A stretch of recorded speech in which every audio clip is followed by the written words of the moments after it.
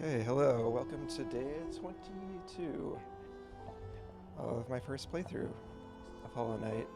Welcome, Chloe, hope you're doing well today. Good to see you.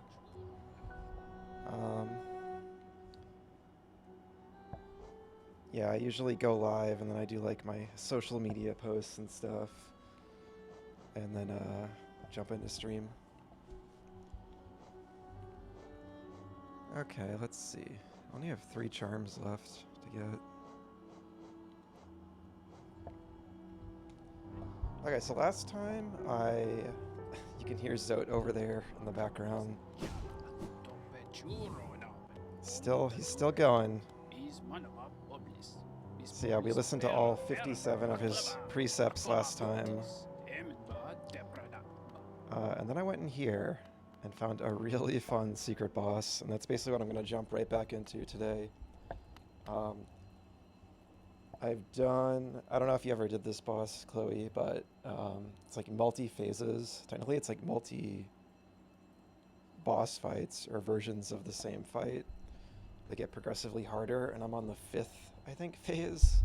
So I'm going to try to at least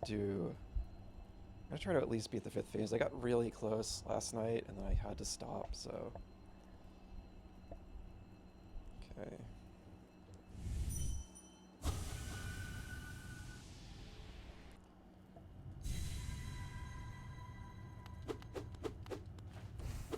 Gotta, like, warm up, remember how to play.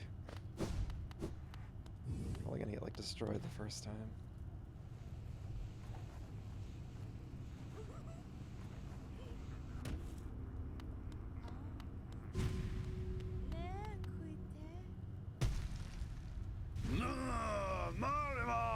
Chanting vigorous, diligent, overwhelming, gorgeous, passionate, terrifying, beautiful, powerful, great princess.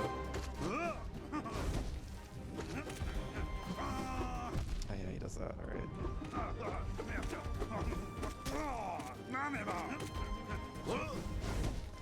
Gotta remember all like the tells and everything now of the fight. I was like so in the zone when I stopped stream, like I hit it to stop. So I think I would have got it after like a few more attempts, but I had to stop streaming.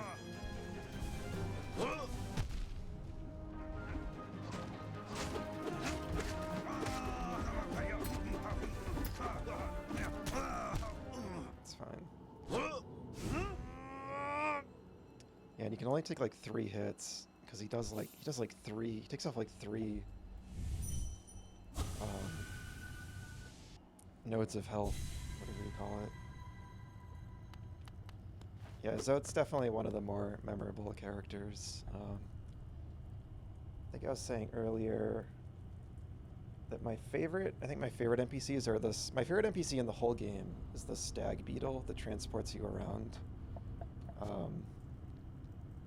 I just think they're really like endearing in their own way, and they kind of have like a sad story because they thought they were like the last of their kind, but maybe that's not true. And then I found like the stag nest where they were born, and that was like a really special moment.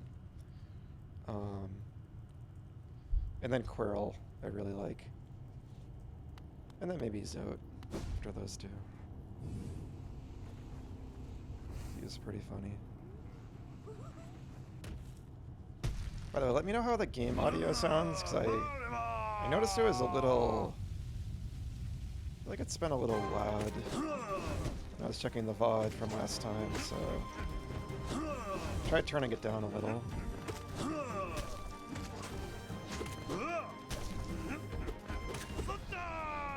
Hopefully it's not too quiet, though.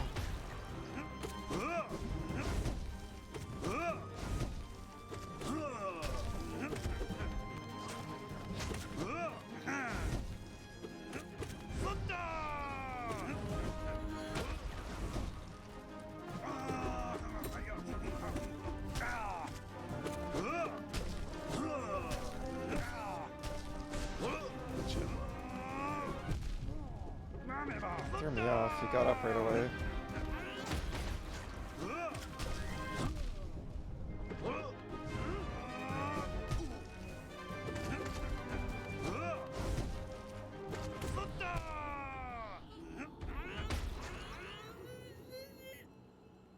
Say it's good you can hear me fine, except when the music gets loud at points, so maybe a little loud even. Yeah, that's what I was kind of noticing. That when the action gets like really intense, yeah, it's like hard to. I think what it was is I was watching the part when I was reading off all of Zot's precepts, and it was like him mumbling the music of the town and me talking, and I was like, oh, this is too much noise.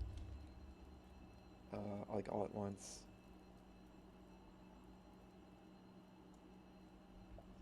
There.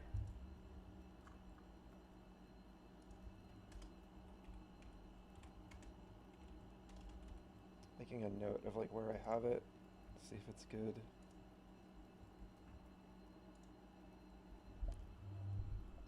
So yeah, I turned it down a little more. I always heard that's like one of the hardest things about streaming, or probably like any kind of like video making, is like getting the audio right.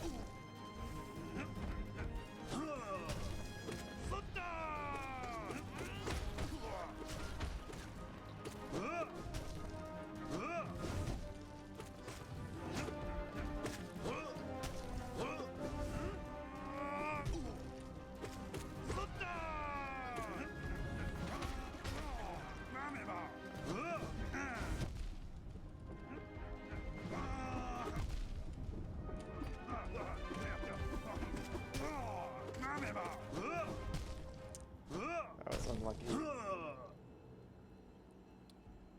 Dang.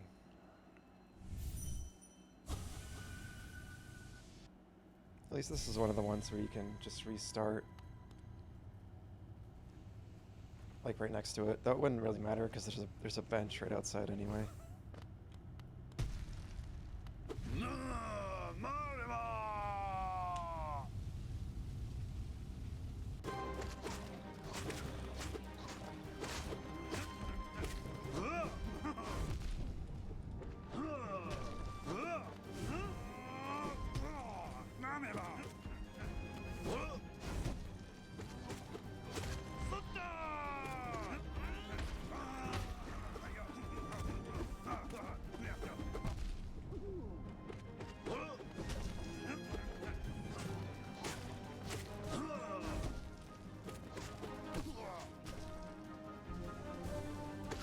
This is a bad pattern.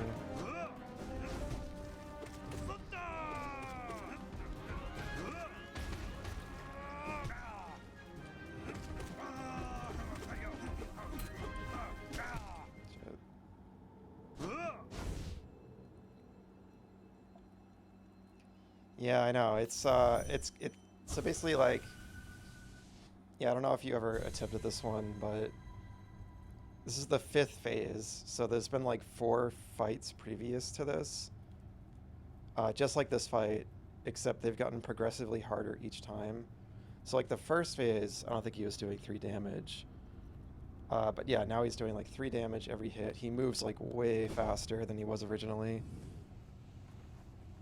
And I'm guessing it's going to keep going on until the whole screen fills with adjectives describing his title. Like on the right side, I think the whole screen is going to fill up. So there's probably like 2 or 3 more phases after this. It's pretty wild.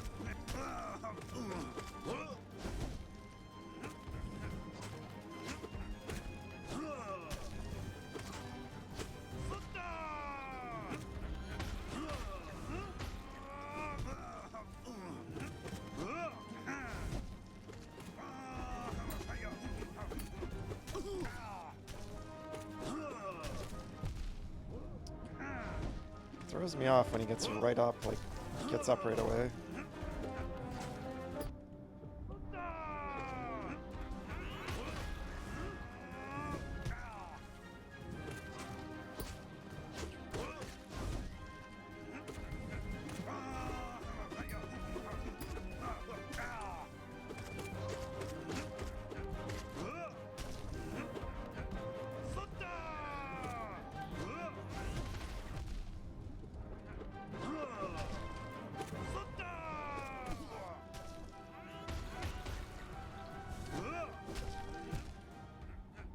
Doesn't even matter. Once you have 3 health, I mean, that's basically 1 health, so it's like no point in healing.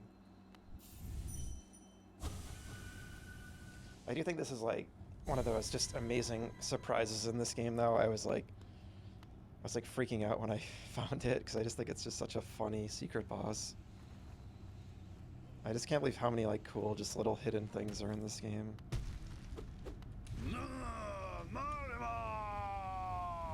And it still seems like there's a lot I haven't seen, too.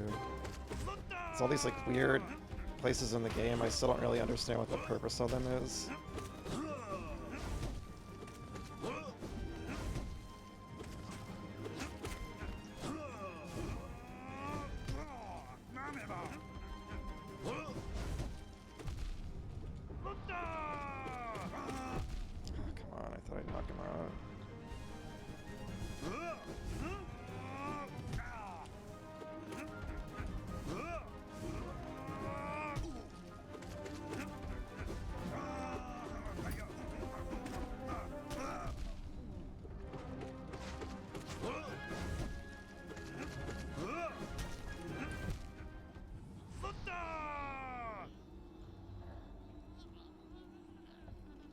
It's funny how you can hear the... I think it's the little minions he summons. You can like hear their voices sometimes after you die.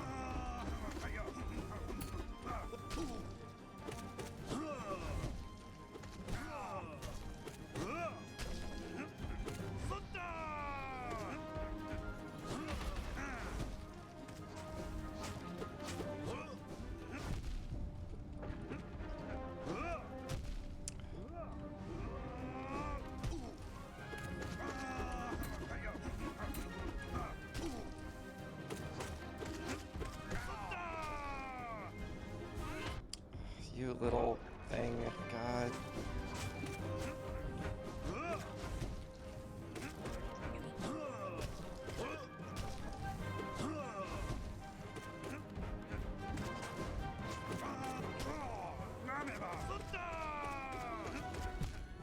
Thought I could knock him out. This game definitely loves its ads with the boss fights. Like, the bosses are always like summoning some little creature or projectile or something that you have to dodge at the same time as the boss. Which I guess I'm a little mixed on, but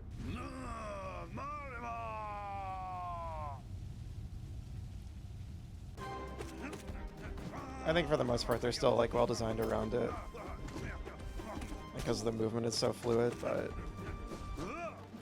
because usually I don't really like ads in games, but I've still found most of the bosses in this to be fun.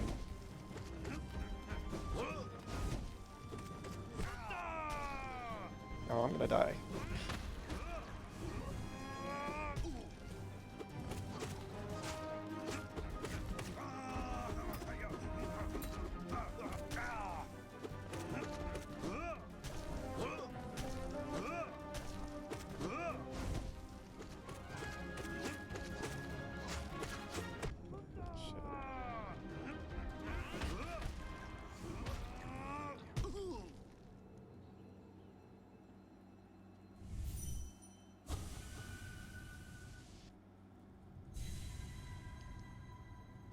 It's a tough one. It's one of those bosses where it's like it's tough, but it's very doable. It's just I need to like just give it like my full attention.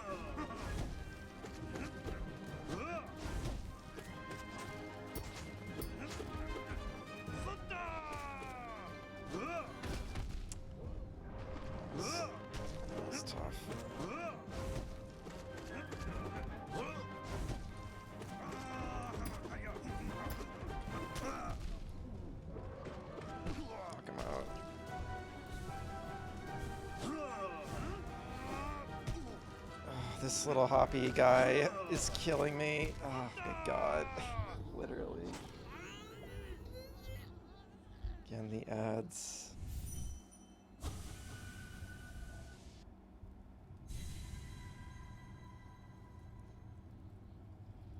Yeah, I got so, like, last night, I think it was like one of my last attempts last night. I know I was probably like a couple hits away. And something got me. I don't remember.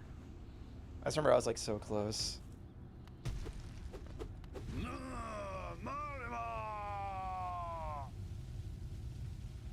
This time it's just the little minions that are getting me. Damn.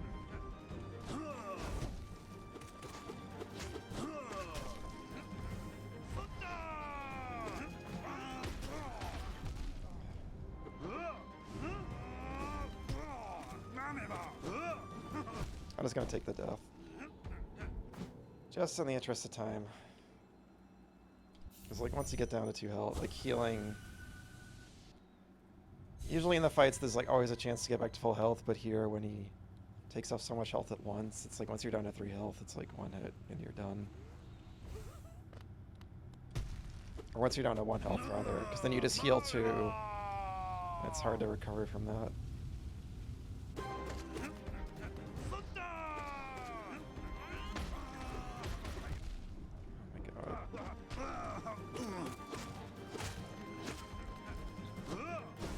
That's the trick. You gotta get the ads right as he summons them.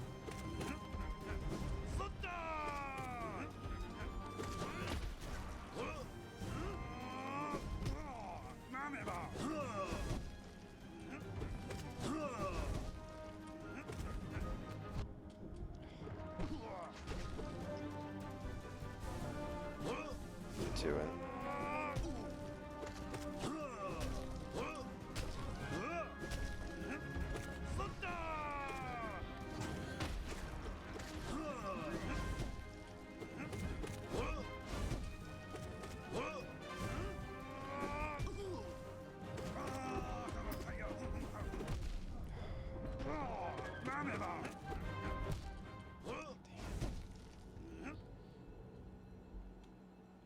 I also get into trouble when I'm bouncing off him when he does his silly forward slash move.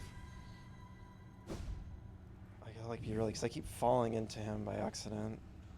That's just the best way to avoid that attack.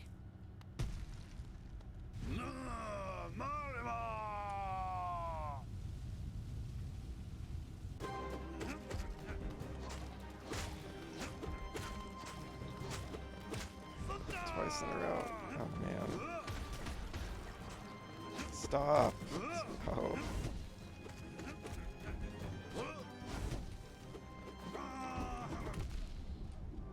Again.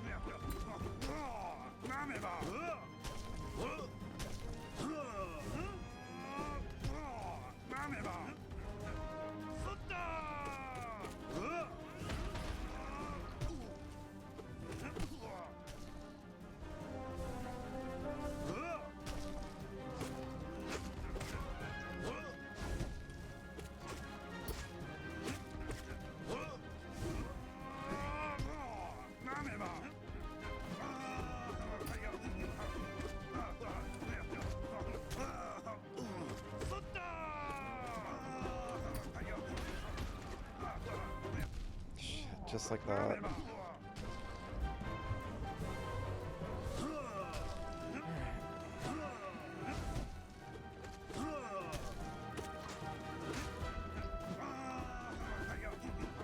Oh, wrong. I didn't press down. Oh, God, that sucks. That was close. I think it's like 3 phases. Because that's how the other parts have been too.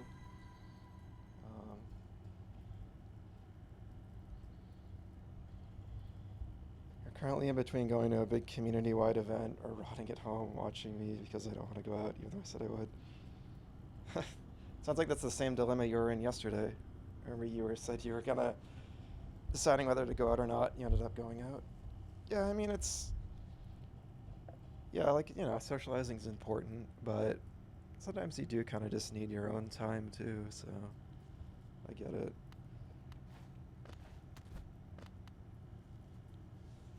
I think I said that yesterday. I like socializing. I love seeing friends, but I also need my recharge time for sure.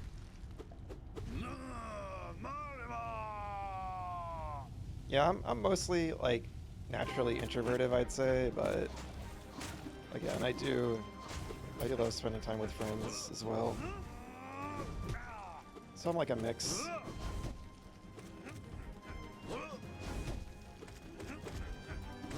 Whoops.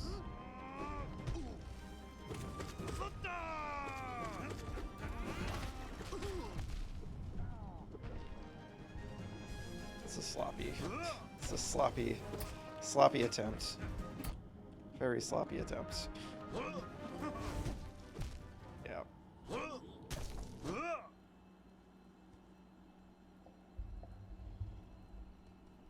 Alright. Get up, little knight.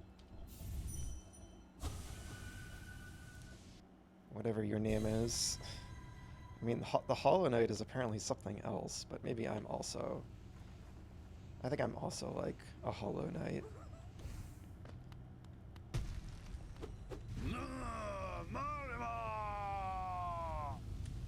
I also noticed Zote is... I was thinking about Zote like looks like me, so I think... I'm wondering if Zote is like another one of whatever I am, like another vessel or whatever I am. They just have much more of a personality. Okay. Gotta stop yapping.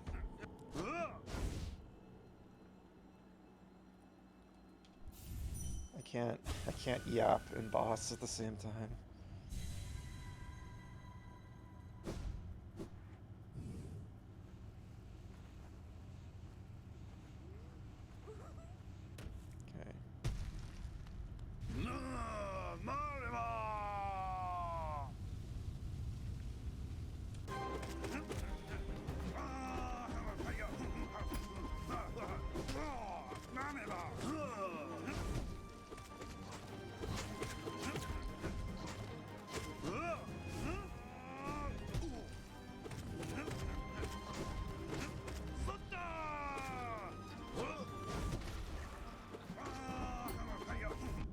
Little thing is throwing me off so badly.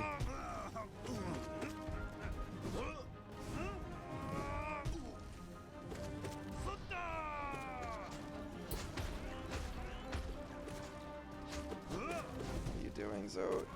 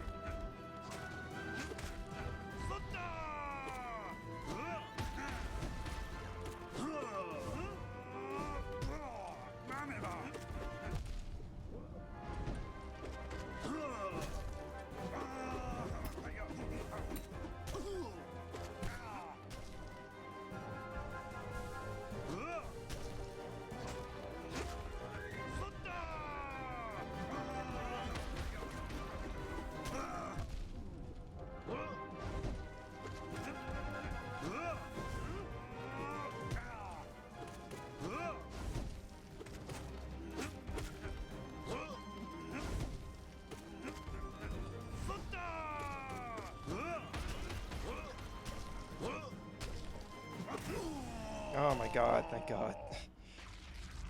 Ah.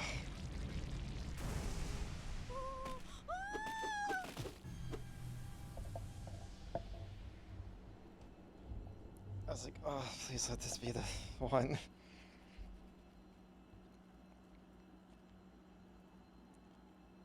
Alright, that was, yeah, I was locked in.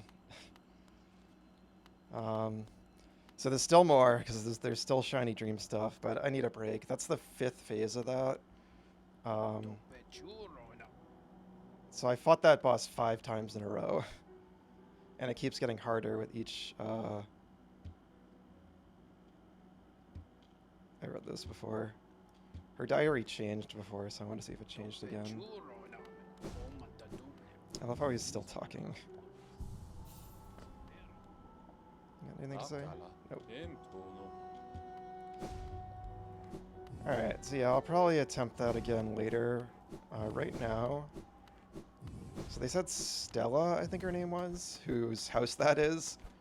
She's the one in the background, like lying on the bed with all the zotes, like, fanning her and stuff.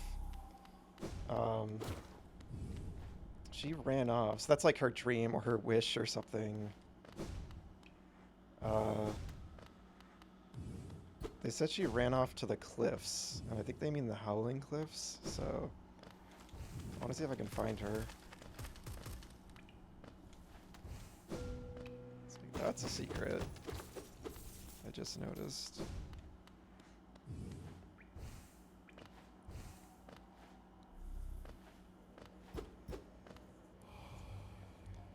Higher beings, these words are for you alone. Within our lands, do not hide your true form. Let all bask in your majesty, for only this kingdom could produce one such as you. So I wonder if by higher beings, they're specifically referring to whatever I am. Because I know there's more of whatever my character is. I think they're called vessels. That's how I've been thinking of them as, at least. I think they were like designed to maybe like contain the plague or something, and the Hollow Knight is the one inside the egg that managed to do it, but like imperfectly. And I think like Hornet and a couple other characters are like grooming me to defeat whatever the source of the infection is. Nothing in the game has spelled that out. Nothing has told me that. I don't know if that's true, but that is like what I've pieced together, at least. Posture check? I think my posture's okay. Do I sound like I'm too close to the mic or something? My chair's behaving today, at least, so that's all I care about. Just assuming. I'm kind of like very upright, actually, because that boss, I was so like alert, but yeah. Thanks for checking in. Embodies the fury and heroism that comes upon those who are about to die. When close to death, the bearer's strength will increase. I'll probably never equip that, but I'm glad I got another charm, because I want to collect them all. Yeah, usually, always in like RPGs and stuff, I never equip the stuff that's like, oh, it makes you stronger when you have like 1 HP. I'm like, I'd rather just equip the thing that like gives me more HP in the first place and stuff like that. It looks like a giant, like, artichoke or something back there.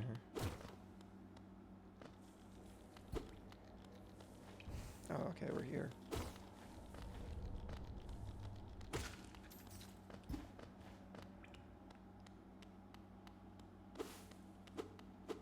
So yeah, I think those plaques or whatever that are giving me that lore or maybe designed for all of the vessels that are coming into Hallownest. And it seems like most of them have failed until me. And like the hunter kind of questions in his notes, like, where are they coming from? So that's like, because supposedly the world is just an empty desert beyond Hallownest. So that's probably maybe a lie, but that's like the mystery is like, where did I come from? Why did I come here? These look like big pumpkins now that I'm looking at them. This is where it all started. I started here. Just went all around this world. So cool. I didn't read his thingy. Figment of an obsessed mind, lacks grace but becomes stronger with every defeat. My love, any creature who could bear to be away from you, who would willingly leave you behind or say unkind things to you. Pah! Lowly maggots, not worthy of standing in your glorious shadow. She felt her cold body grow warm, a sensation she had almost forgotten. The Grey Prince chapter. How has she written 112 chapters? Because my assumption was I saved her, and then Zote climbed out of the well, and she like thinks Zote is the one who saved her, or Zote like said I'm the actual hero, and that other knight is a fraud or something. I'm not really sure which, but it's like I thought that was how it went, but I only just saved her last stream. Maybe she did know him before? Or maybe it's just a video game, and they're not accounting for time passing. Because it's hard to do that with something like this.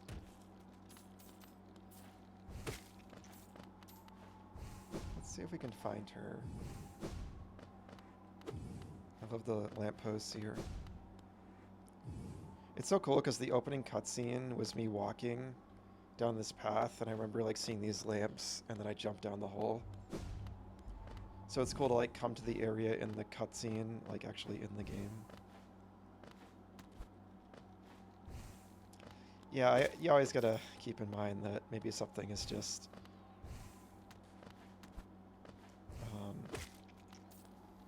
they can't, you know, some players will save her at the beginning of the game and then go back to the town hours later, and then this stuff might make more sense that she's been like talking to Zote and writing a book about him, but since I like just saved her and then immediately went to the town, it makes less sense if that's what they're going for. So you gotta keep that in mind. Oh, I wanted to talk to these guys after I met like their master. See if they have different dialogue. That nail art, the dash slash, learned from my brother Oro, was it not? He's still alive then. I still haven't forgotten what he owes me, and I never will. Oh, I'm sorry, I shouldn't bother you with such things. I'm happy that you were able to train under another nail master and grow stronger, my pupil. His head kind of looks like a tooth. Ah, so my brother Shio has taught you his nail art, the Great Slash. How lucky you are to have trained with him. Shio and I were very close when we trained together under the Great Nail Sage. He often spoke of becoming tired of the nail arts and wanting to try something new. I'm glad to see he changed his mind and continues to bear the proud title of Nail Master, along with me.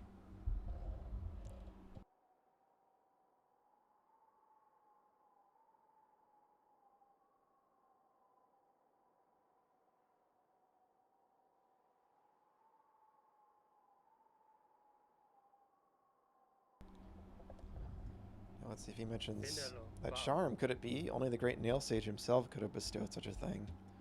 Your achievements humble my own, my people. I myself have sworn never to lay eyes on the nail sage again, not until I have truly mastered his teachings. But if you see him again, please, let him know that I am forever grateful. Before you leave, rest and meditate with me for a while. Your company is always welcome. Sure, bud. Oh, you can actually meditate with him. That's so cool.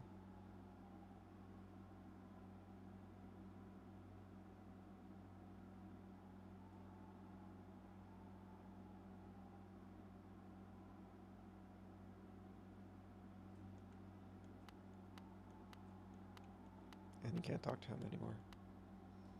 Cool.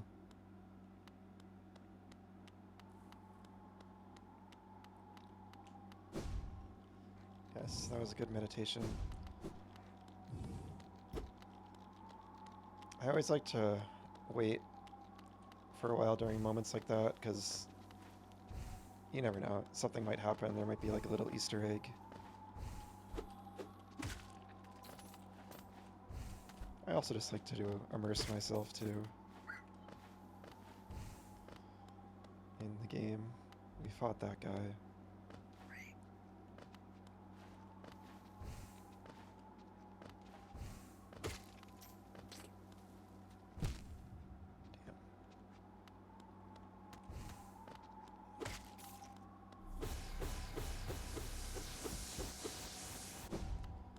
I think I brought this up early, like pretty early in the game.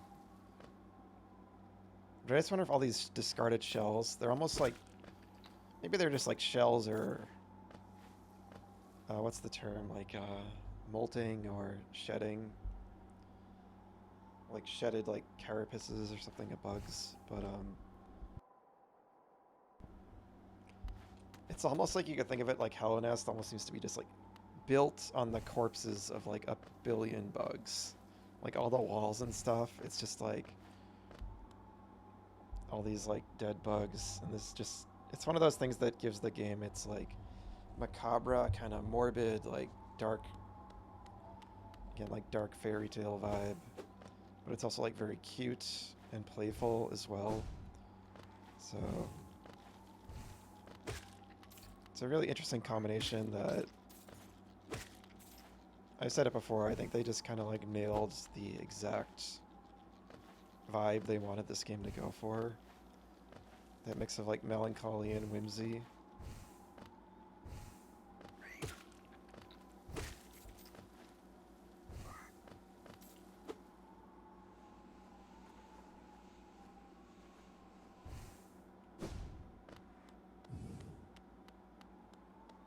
You out here, Stella?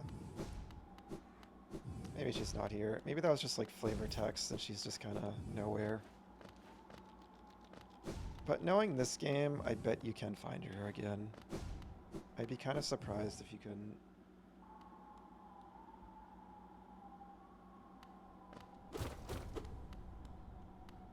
Tastes like the smell of children's vitamin, not the taste of it. Sounds, not great, but I haven't had children's vitamins in a long time, so maybe they taste good? I doubt she's here. Maybe she's in the creepy place where I summoned the Dark Carnival earlier.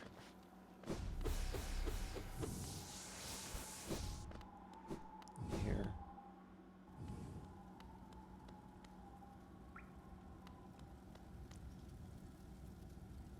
It's like the smell of a nephew's children's vitamins. Is that worse or better? Yeah, so I'm noticing they're almost, it's almost like they're wearing a costume to to resemble the members of the carnival. So I wonder if they were like a fan or something, or like maybe like a cult member almost that worship the carnival. And that's why hitting them with the dream nail, it's almost like their wish to see the carnival be summoned. That might be what's going on here. Because I noticed in the description of the dream nail, it says, I didn't even notice these had entries. It says like the dream nail, it can collect essence, which remnants of wishes and dreams. So it's like not just like dreams as in like sleeping dreams, but like wishes and stuff.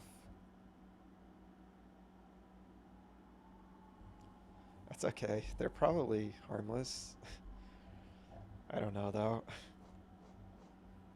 I mean, they're for kids, so I'd imagine they're not the worst thing. Winged Zotling, figment of an obsessed mind. Grudgingly assists its master in combat by lazily flying towards foes. She asked whether he had bought the charm for her as he promised he would, but then he explained the charm was actually of low quality and not worth the price asked. She understood the wisdom of his decision perfectly.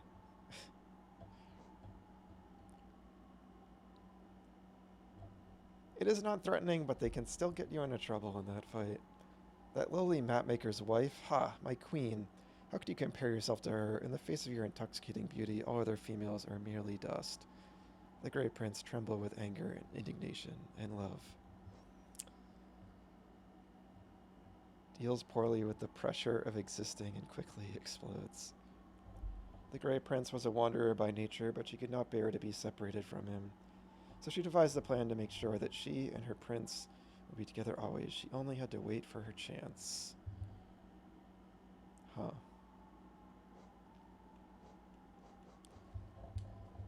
That might not be good. Yeah.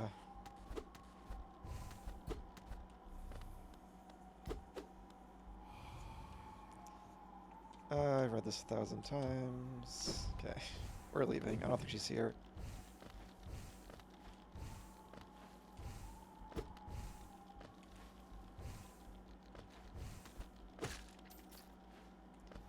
I like the shopkeeper's wife. She's cool, even though she's only had one line of dialogue the whole game, which is kind of a bummer. Right, where does this lead? Do we think she went there? I'll check. It's possible she did.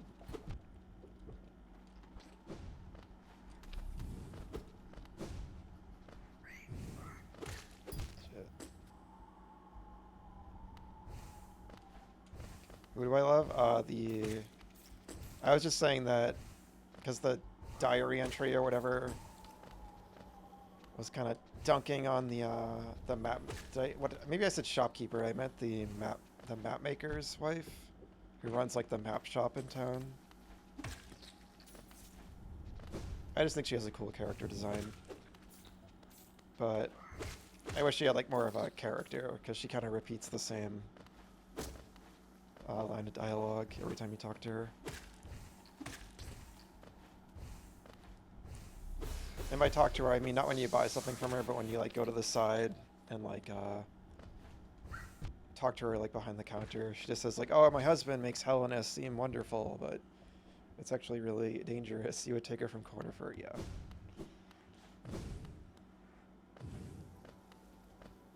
I love this area.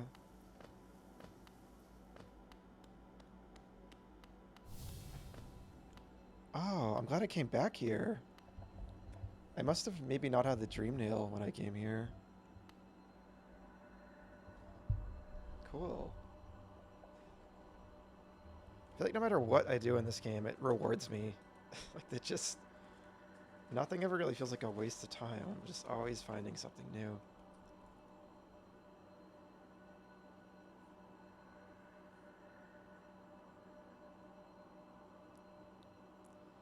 Blue Child Joni by Joni Cornelius. That's a cool name.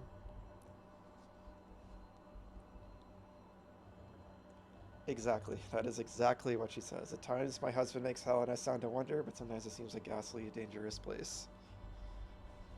I talked to her like 5 times, and then I just gave up. I see you bear my blessing. I can't remember giving it, but my memory has been a little lacking of late. Isn't it just so peaceful here? Such a perfect place to rest. That's cool.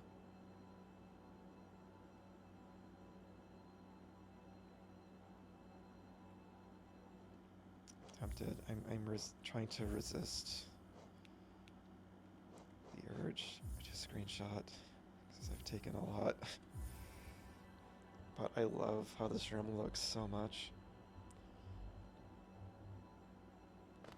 Anyway, that's cool. Because last time I came here, her ghost didn't appear. I just got like a charm and left.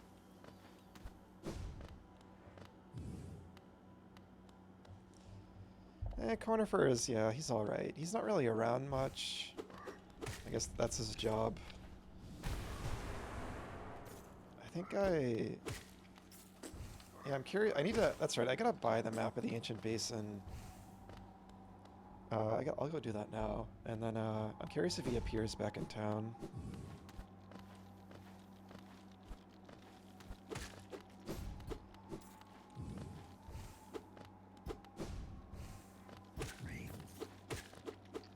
Iselda, that's her name, yeah.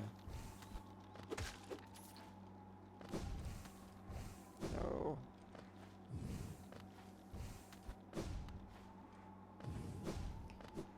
Alright, well, I don't know where Stella went, but oh well.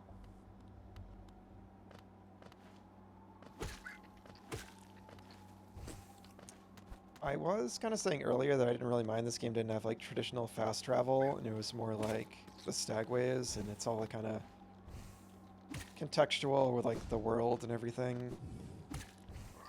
But Yeah, at this late in the game, times like this, I wish I just had like at least like a charm or something to warp back to the town. Though I can do this, which gets me back there quickly, which is good. Yeah, like at least a way to like warp back to the hub town. But oh well.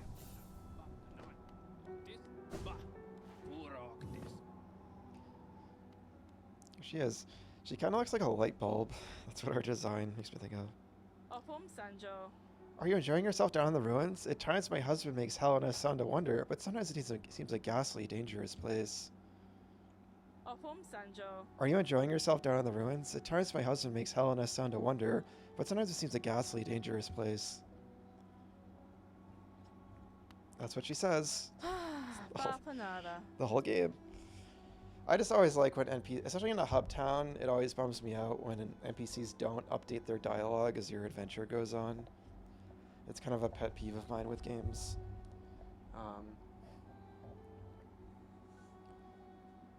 Yeah, you know, well, it's not too hard to know everything about Iselda. A game that, one of like the best games for that, what I was saying, where it like updates the dialogue as the journey goes on, is The Legend of Zelda: The Minish Cap, which is one of my favorite Zelda games. Relatively overlooked in the Zelda series, though I think it's gotten more recognition over the years. Extremely cute, endearing game, like gorgeous pixel art. It was like the last like traditional pixel art Zelda game. And it looks gorgeous. It was for Game Boy Advance, and it's on like the Switch Online service, I think.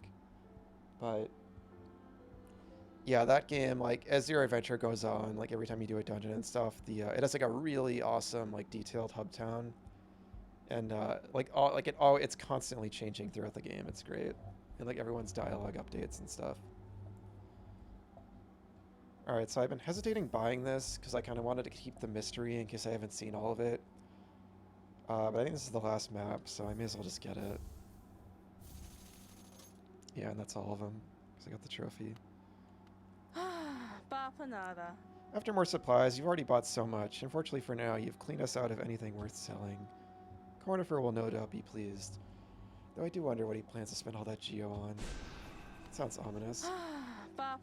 Also, I did not mean to shoot that projectile. The game, it's like a glitch with the shopkeepers. Like, after I finish their dialogue, you just do that. New dialogue. Oh my god. Oh my god. This is the true reward for getting all the maps. He is home. Cornifer's home at last, but look at him. He's exhausted. He always does this. Furiously charts the place, then collapses once he's done. He'll be sleeping for some time, I imagine, so even with him home, I'm still lost for company. Well, Zote's out there.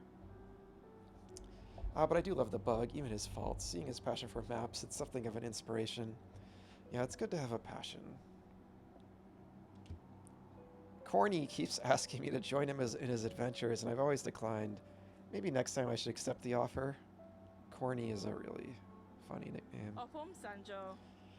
Are you enjoying yourself down in the ruins? At times my husband makes hell and us sound to wonder, but sometimes it seems a ghastly, dangerous place. Are you enjoying yourself down in the ruins? At times my husband makes hell and us sound to wonder, but did you know that sometimes it seems a ghastly, dangerous place?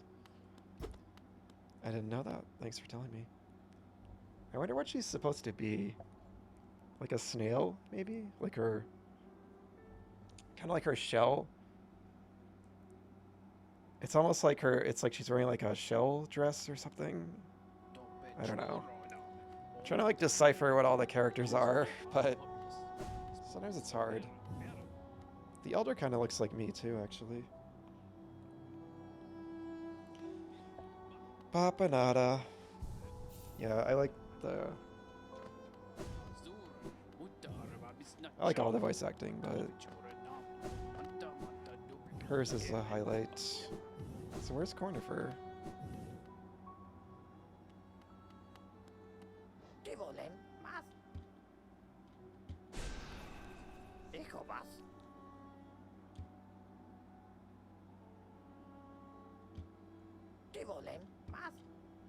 Okay, so he says the same stuff. So now I do want to talk to all the other nail masters, because it seems like their dialogue does update, which is cool. Oh, I think you're right, yeah. That makes a lot more sense. There he is. That's cute. Yeah, Mosquito would, can't, like, talk to him or anything.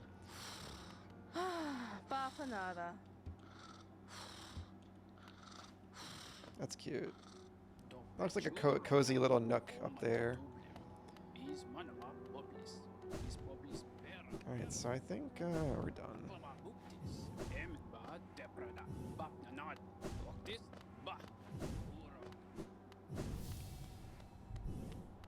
Alright, so let me check. I made like a little, like, I hate to do it, I hate to start checklisting the game, but I made kind of a checklist. Because there's still so much in the game and I want to, like, try to organize it. Like what I want to do.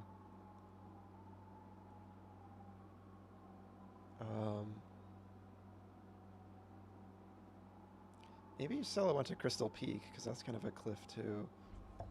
Anyway, that's where I'm going next, because there's something there. There is like a passage I didn't go down here that I missed last time. Thought I was done with this area.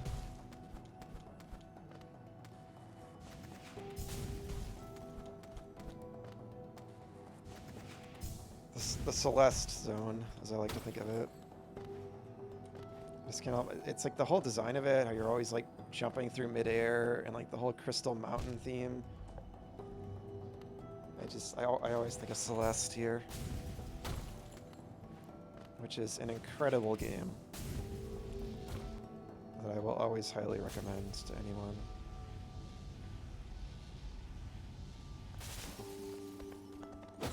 That's fun, smashing through the crystal. So yeah, we gotta go up.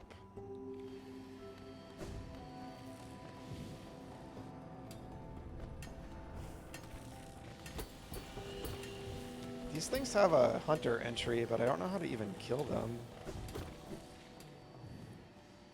But it seems like you can.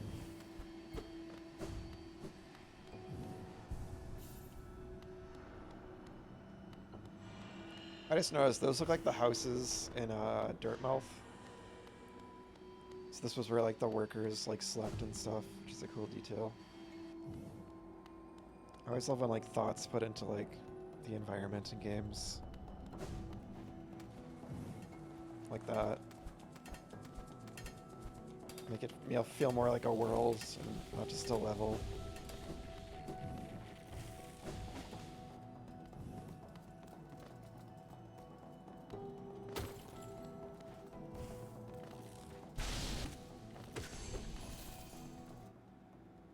There's some strange power hidden in the crystals that grow up there in the peaks. They gleam and glow in the darkness, a bright point of searing heat in each one. They sing too if you listen very softly. Ah.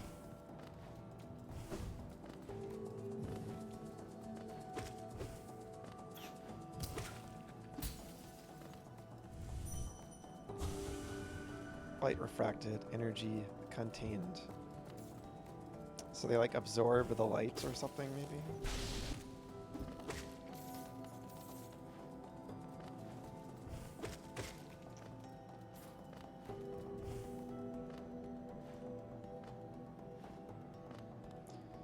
How in the world did I miss this?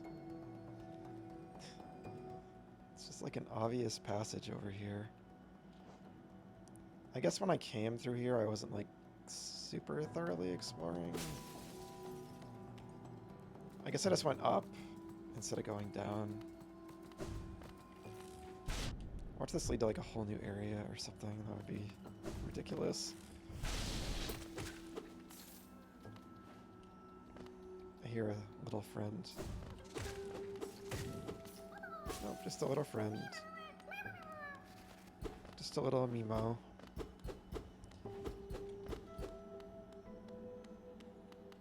Alright. That was a worthwhile trip, I I do want to try to get all them. Yeah, little grub. Ugh. Okay, well, let's just do this. Dude. Really? Oh my good lord. That is such a troll move. Like putting spikes like right there so you can't do that super dash move to get out of here.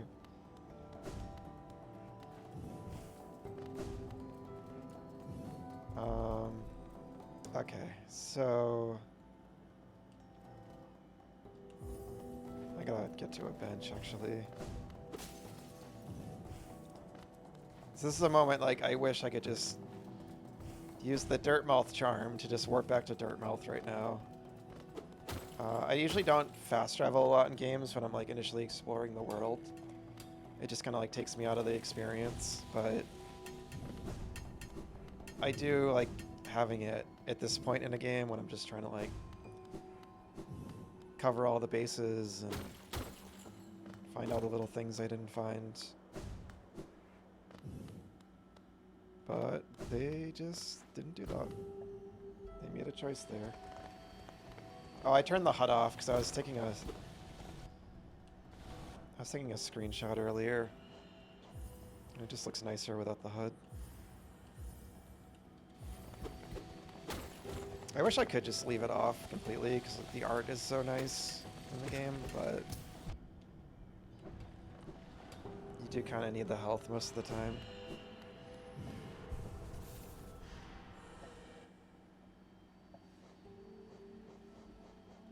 What's crazy that I want the HUD off, or yeah, I think I was saying before, yeah, I love, like I think I was saying maybe last time or the stream before, I love minimalism. So the less cluttered a HUD is in a game, typically the better. It depends on the game and what kind of game it is, but any kind of game that's about immersing myself in a world, I typically like to have no HUD. It's like in Breath of the Wild, like I immediately turned off as much of the HUD as I could. Like Tears of the Kingdom, like everything went off as soon as I could.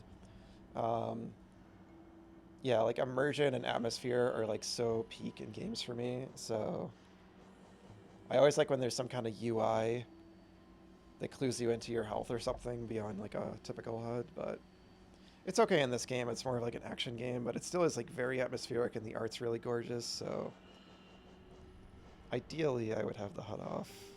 And all the HUD really is just your health and soul. Like your money you don't really need to see, so it is pretty minimalist on its own, which is good.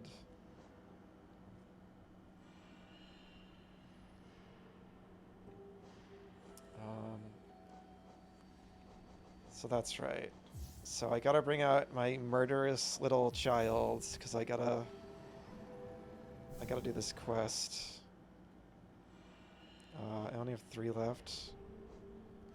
What did it say? It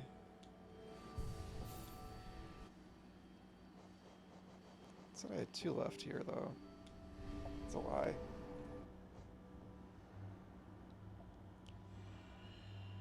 I think I am the most, saying politely, odd nerd I know.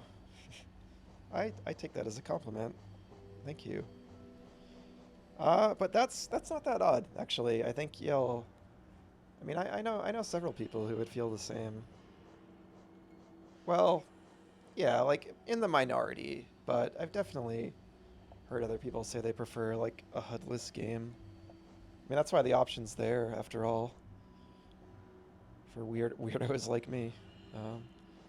But yeah, that's what for me, games are all about the adventure. They're just all about immersing myself in a world and going on an adventure.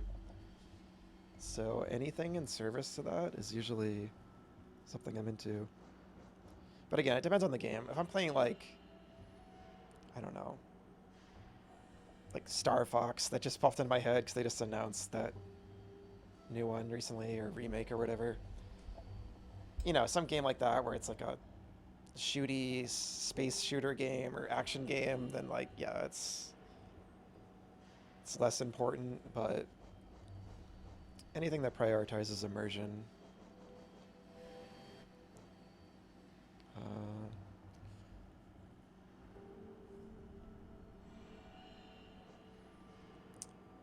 Yeah. Alright, so I guess I just gotta get back to the town, and then I'll take the stag station to Deep Nest.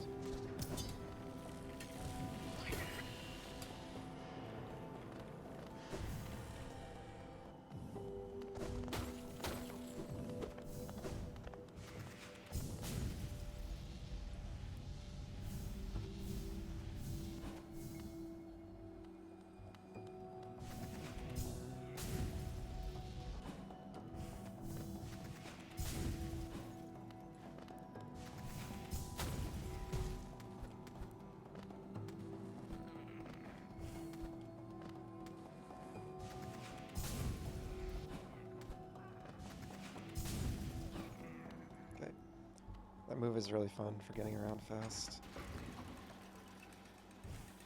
Is there anything like... I wonder if there's like a secret on the wall here. It's like a Minecraft dog. I've played so little of Minecraft, so I'm not even sure what that is. Though now that you say that, they sound like the zombies in Minecraft, I feel like. It's sad I haven't played it. A friend introduced me to it, and I think it's really cool. I think the concept's really cool. It's kind of like, it's like Legos kind of, but it's a video game. And I did like try it a little bit, and it was kind of a situation where I could see myself like endlessly playing it. So it was like one of those where I was like, I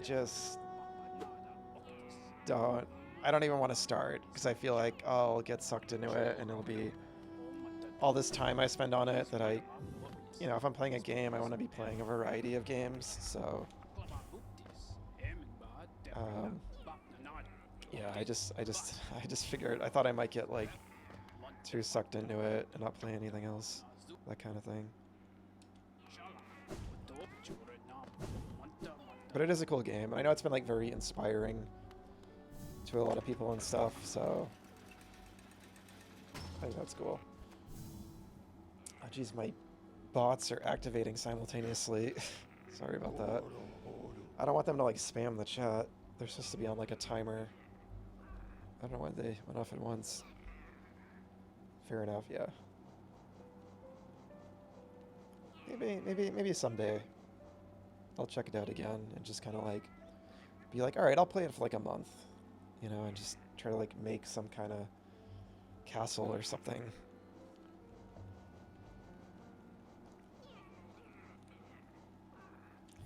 So I'm guessing, since you say that you are into Minecraft, or you've played it. Yeah, I wouldn't count on it. It could happen, but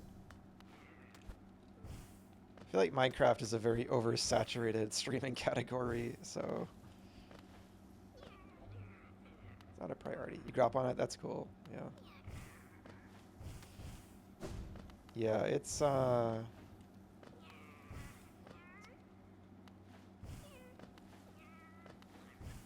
feel like it was a lot of people's, like, I don't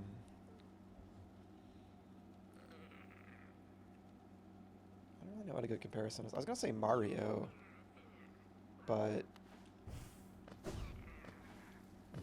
because a lot of people grew up on Mario, myself included. But that's a totally different type of game. I just mean in terms of like nostalgia. I'm trying to think of like another like creative sandbox type of game, but I mean it really is unique, and I think it just inspired a lot of other stuff, so there might not really be a good comparison. Alright, where is this annoying thing? Maybe it's inside here.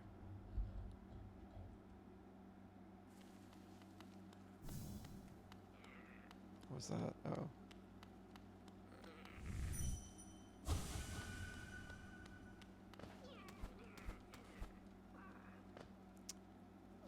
Is it in here? Like, these don't, like, show up on the map, so I'm not sure.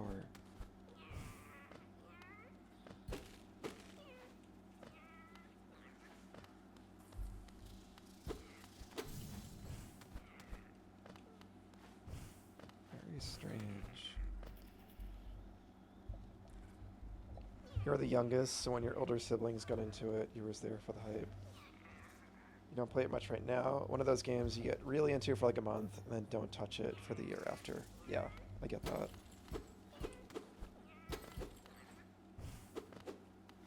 Yeah, and that's cool that your siblings introduced it to you. Definitely a lot of games for me. I definitely have stuff that I like played with my brother when I was younger that I was introduced to. A lot of like horror games actually. And then just yeah, sharing stuff with like friends and things like that. All that stuff. Lots of fun memories. Yeah, don't worry about it. Typing can take a while. I am very much a, you know, because I'm, you know, as I've said before, you know, I write,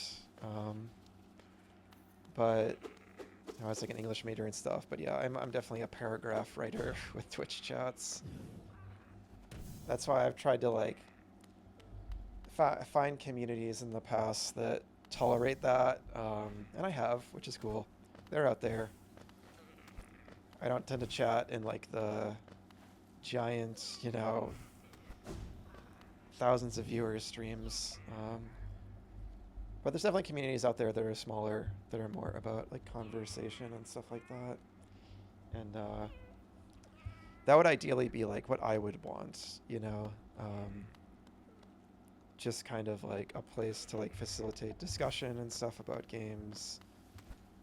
That's like my favorite thing ever, because I just love talking about games and game culture and everything. Whoa. Oh, it's this guy. Babala Geno. You came. The red flame I've gathered from this dead kingdom.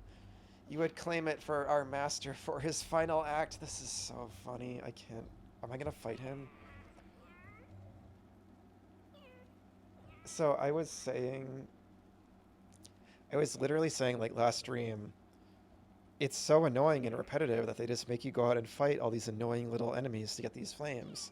And I literally said, this would be cool if the other members of the troupe went out in the world and they were mini-bosses. And that's exactly what I think they're going to do now. The ritual plays itself out once more. You take so long to put what you want to say into words that most people have moved on. Yeah, I have been there. I have absolutely been there.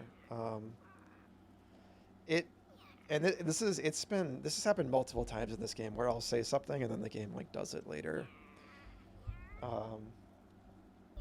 Which is, yeah, it's a very, I feel like the designers of this game and me are like on the same wavelength. I said it in a much earlier stream, like if I made a game, if I made this type of game, like I would make a lot of the same decisions these developers made. Yeah, it's so good. Yeah, I would say it's exceeded my expectations in a lot of ways. Because I knew it would be a good Metroidvania, and I'd enjoy it on that level, but I didn't know how, like, incredibly atmospheric it would be, how good the sound design would be, how much personality all these characters would have. The world, just like the way it handles just the way it's laid out. Like there's areas, there was like an area, there was like the beehive area. Its entrance was like completely hidden. And like I love that kind of thing in games so much, and I feel like not a lot of games do that because they're afraid of players missing things. And this game isn't afraid of players missing stuff. It doesn't care. And I love that kind of thing.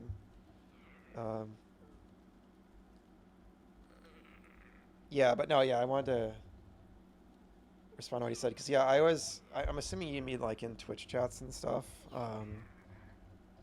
Like I've definitely been there. I can remember like a specific time when I was in like a stream and they were talking about Zelda. They were talking about Breath of the Wild.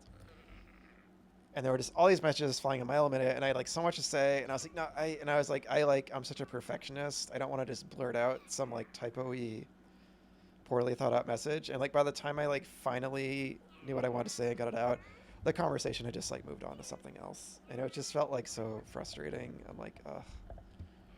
Oh, I missed his dialogue. I keep doing this when I miss dialogue, and then I never check the videos after. Endless repeat. I think I got the gist of it anyway. Yeah, it seems like one of those games where there's a lot of little cryptic secrets, which I think is cool. And that seems inspired by kind of the classic Metroidvanias that I think were a big influence on this, like Castlevania Symphony of the Night.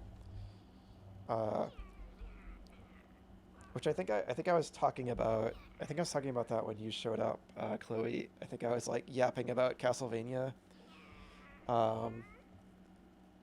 And that game has like a lot of, like, in order to unlock like all its endings and stuff like that, you need to do like some really cryptic weird stuff that's really hard to figure out on your own. And I'm kind of guessing this game is gonna like go in a similar direction. Yeah, I was, because I think I was like in the middle of talking about it, and then like you showed up, and you were like asking what game I was saying, and I was like, it's always like just funny because I'm just, since I started doing this streaming thing, I just, whether someone's here or not, I'm just yapping. It's just kind of natural for me because I have a lot to say, and you kind of have to when you're streaming. You're just silent the whole time if you don't. So yeah, it just caught me off guard. So I remembered I was like tongue-tied. I was like, oh, Symphony of the Night. Okay, endless repeating songs of sacrifice, of servitude, for the ritual, for the troop, for the master. Even this child was born into invisible chains. Sego Nala. So we serve, thus it has ever been, yes? Take the flame then, it is why you came here.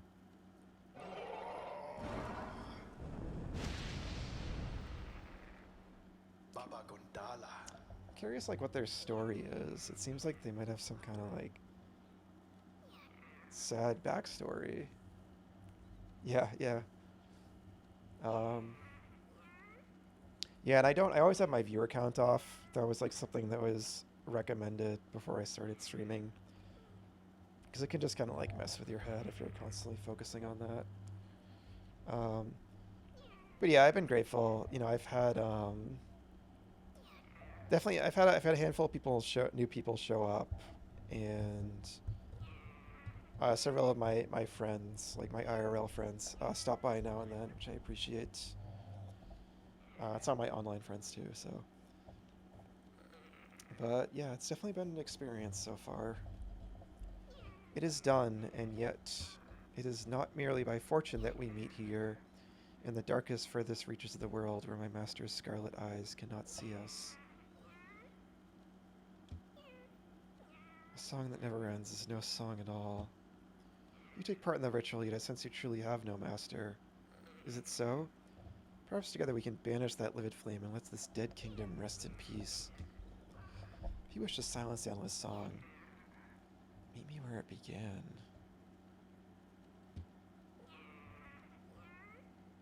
But if you return to the master and complete the ritual, as long as you do it without regret, I will bear you no hatred. So interesting. Baba Gondala. So what are they doing here? Are they gathering like the souls of the dead or something? And I still don't really know. I wish I knew like what the ritual was. Maybe I haven't been paying close enough attention, but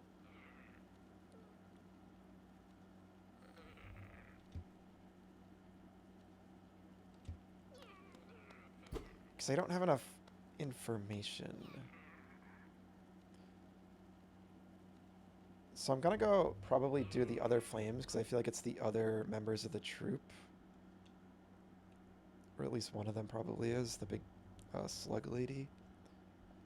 So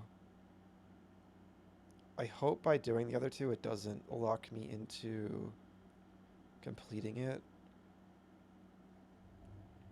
because I'm gonna go talk to him. Baba Gondala. It's because he says continue it. Because I want to get more information about the ritual from the other characters. This seems like it's actually like a choice, which is cool. What am I doing? Alright, since I'm right next to it, I want to go get that tree. Oh, can I not go up? Oh, actually, also while I'm here... By the way, this is one of the coolest areas in the whole game. Just like this empty, quiet, giant chasm with this village in it.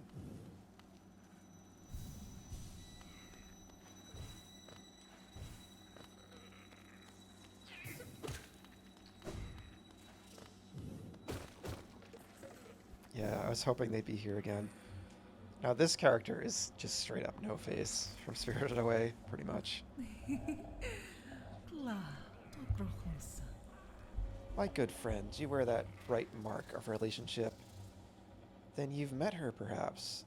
Her who'd guard the mark, the gendered child.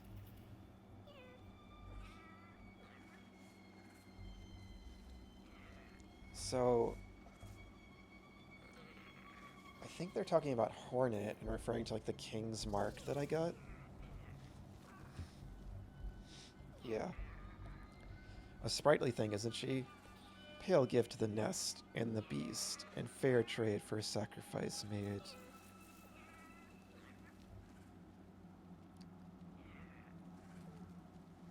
Huh.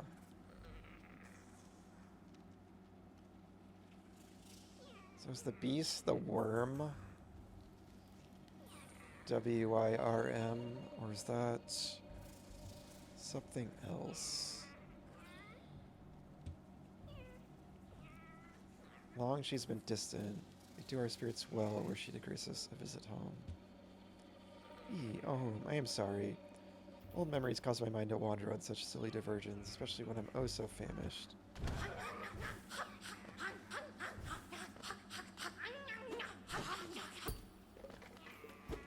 So can I actually fight one?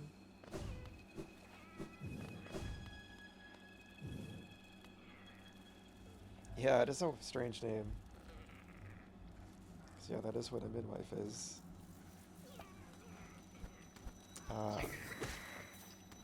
I love that character. It was so fun finding them the first time. Just so creepy. I want to see if they reappear though if I leave this area.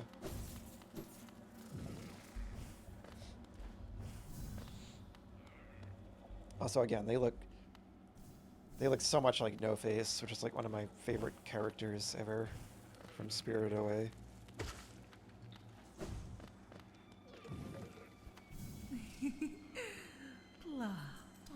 It returns. I do apologize about before. Hee hee. No matter. No matter.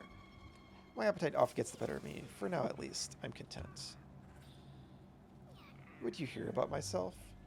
There's not so much to say. I'm a servant to the nest, though few in recent times would seek my service. So it does sound like, yeah, she helped, like, deliver... maybe, like, the spider children.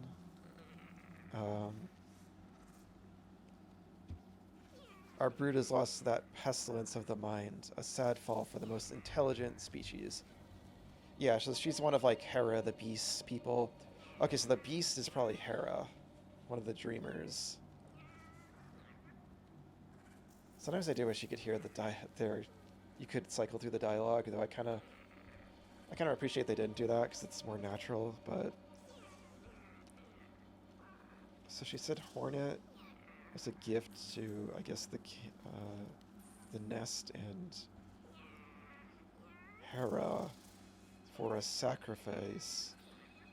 And they mentioned way earlier, I think Hera made a sacrifice, or maybe sacrificed her people or something. Also, I'm just remembering, and I heard this before I even played, this is one of the very few things I knew about the game, because I knew who Hornet was, because of Silk Song, and Just pop culture, it's impossible to avoid. And I did know that Hornet is a spider, I think. And she uses like silk and stuff to attack. So she's like one of the spider people. This is probably where she's lived or something. But it sounds like the worm like created her, or the worm is like her. The white lady mentioned she had like a mother. I wonder if like that's the worm. I don't know. Ah, but I've eaten yes in full. Then again, another little morsel would make me oh so happy. The perfect end to a meal. Get out of here.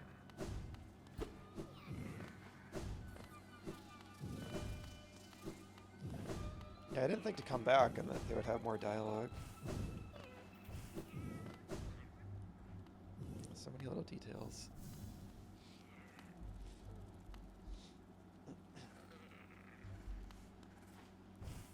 Yeah, Hornet's cool. I haven't seen her in a while. I fought her twice. And then she met me in the Abyss, and she was like, okay, I trust you now. Deal with the plague or whatever. Or I think you're strong enough to face Happy Teeth. You're strong enough to face it or whatever.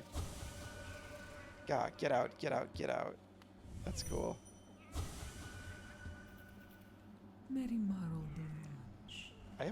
I haven't dream nailed like any of the NPCs. I wonder if you can like read their thoughts. I was gonna say I haven't thought of it, but I did think of it. I'm just afraid I'm gonna like kill them or something by accident. Because I kind of did that earlier. I kind of like dream nailed one of the ghosts, and I just absorbed them. Oh, I don't want to offer my son as a snack. I'm gonna try to get out of this ritual, and maybe my son's gonna be sacrificed if I keep going along with the ritual. My dear, aren't you so kind, checking again on my well-being? I'm ever the caring host. I can't understand why more don't visit in your manner. Oh, you won't mind while I take just a little bite. Just a lick, perhaps. A full belly is the best path to happiness.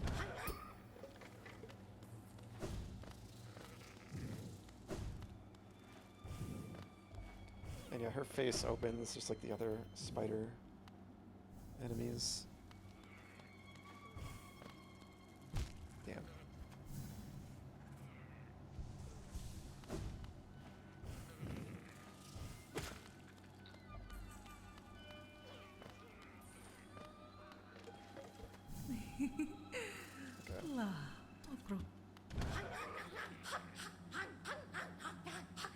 Just look at her.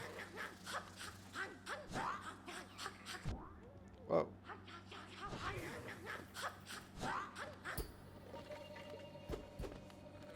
I thought before she took like one bite and then just retracted.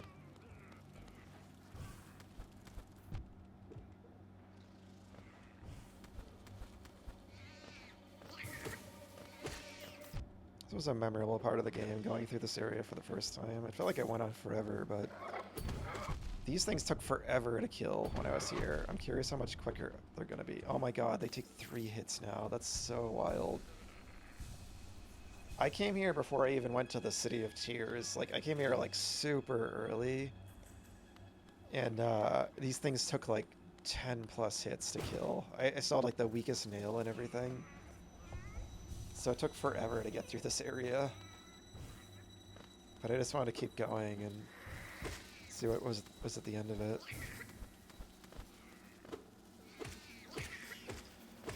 I came here right after I found out about the Dreamers and got the Dream Nail, I think. So this was like the first Dreamer I encountered, which was definitely surprising. Because I thought they were going to be like a boss fight. Do I... Oh, I don't have my... Oh, no, I do. Where am I? Oh, there I am.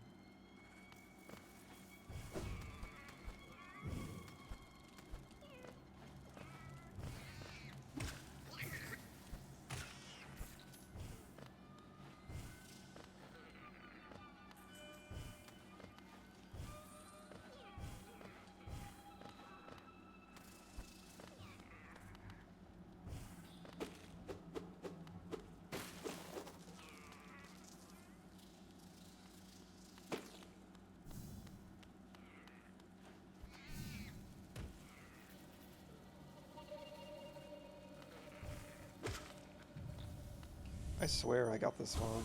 I guess I didn't finish getting all the things.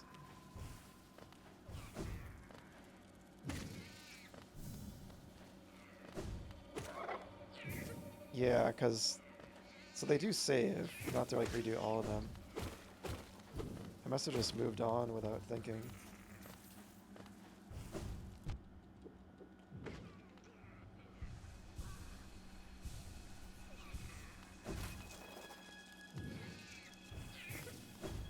Not going too far. Ugh. This sucks. It's gonna be so hard to find. I can't believe how quick it is to kill them now.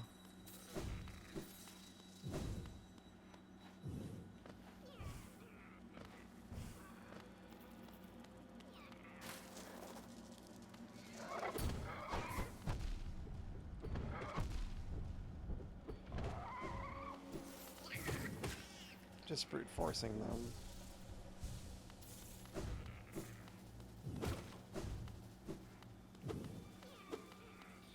Oh. Oh yeah. This weird area.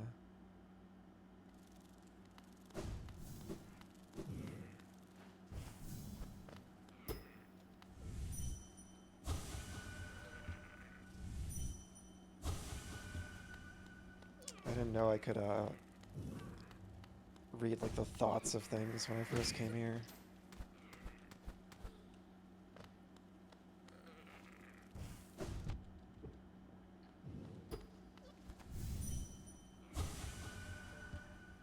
Protection. Princess. I wonder if princess refers to Hera or Hornet, possibly. So I wonder if Hornet is Hera's daughter. I think I did have that thought earlier. I'll piece it together. I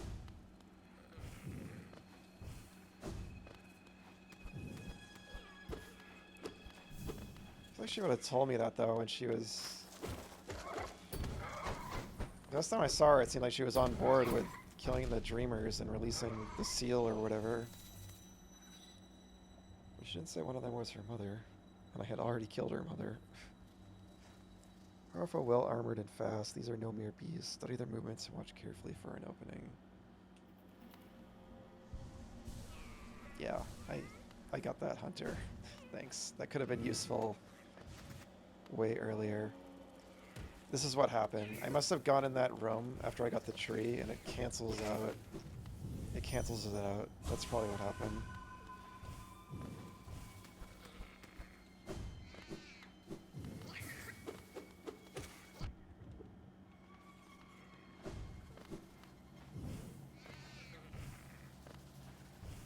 Why doesn't continue up there? Here we go.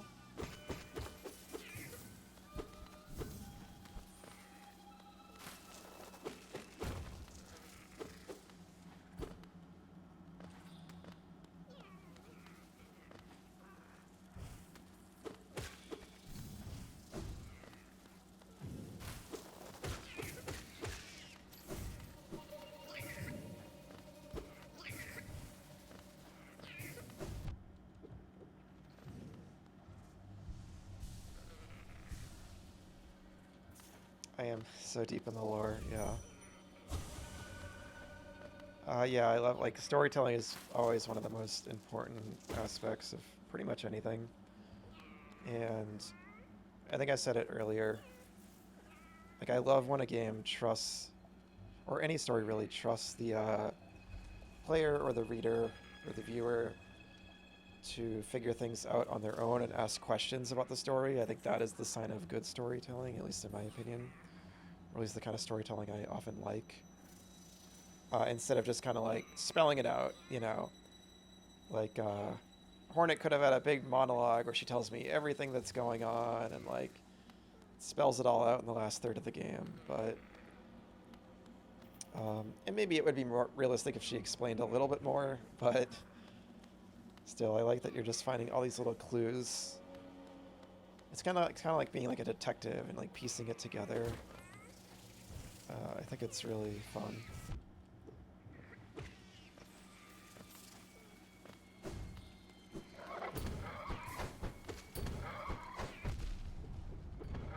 You're gonna kill me.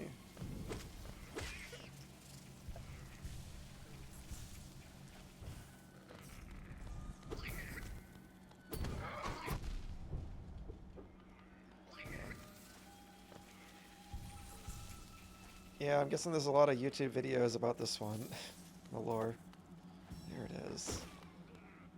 It's not all of them, though.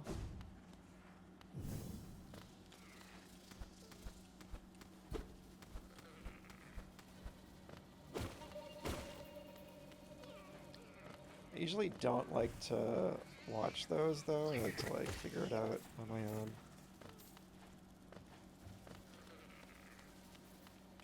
Even, like, after I finish something, I just, like, to draw my own conclusions about stuff.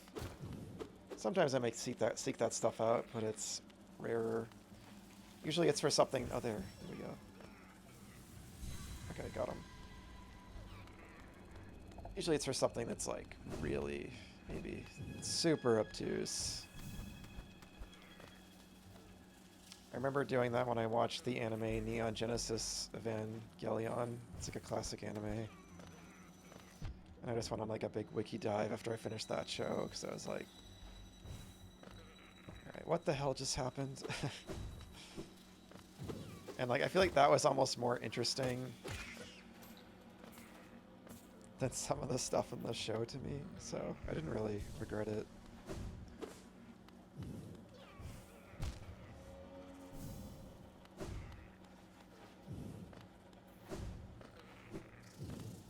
It's an interesting show, though. Still Alive, Sleeping Queen, Beast.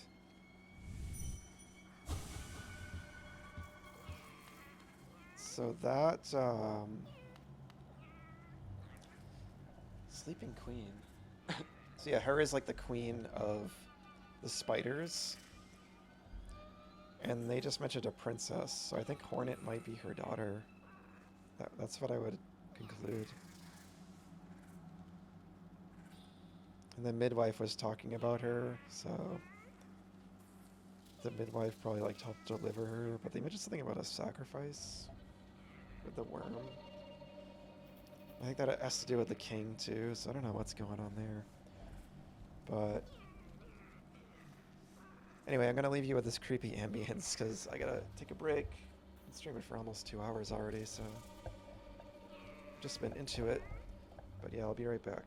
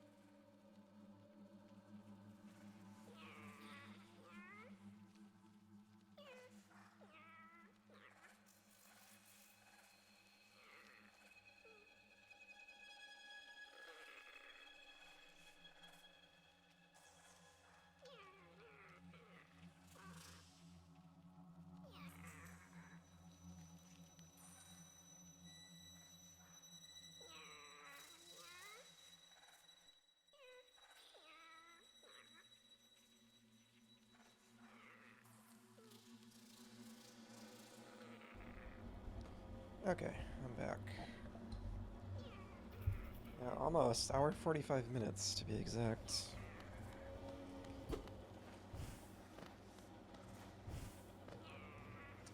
Alright, we got the tree. I don't know why I'm even trying that.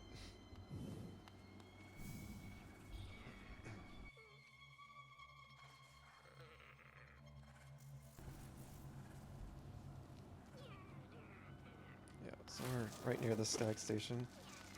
I like how the environment gets a little more, like, there's like a structure here. I think those are like statues, because this was like where the spiders, we're getting closer to like where they lived, like their city and stuff. Or town. I am gonna die. I'm getting careless. So I'm just backtracking.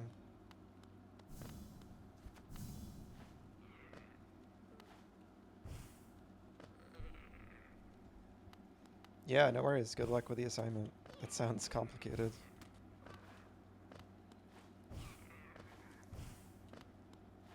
You can listen to the soothing sounds of my creepy little son. Oh, I just noticed something. That's cool. That's an elevator. But it's all just like stuck in webs.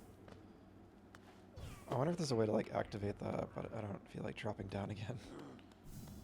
I can hear my grumbly friend.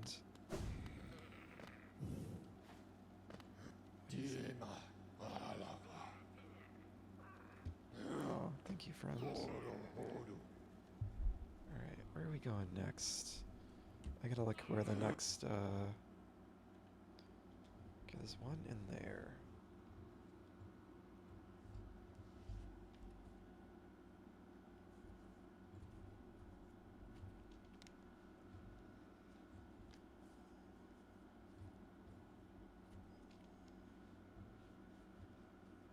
There's one in the waterways, and there's one in the beehive. Oh yeah, I bought the map. I forgot. I bought the map of the ancient basin. Which means I have the full map of the world now, I think. Which is really cool. I was gonna screenshot it, but I'll do it after I don't have these flames on the map.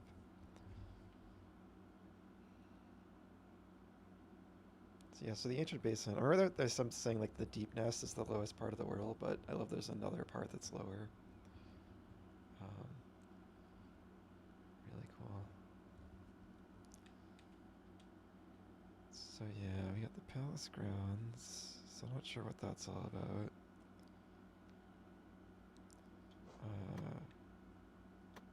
Can be more specific with these.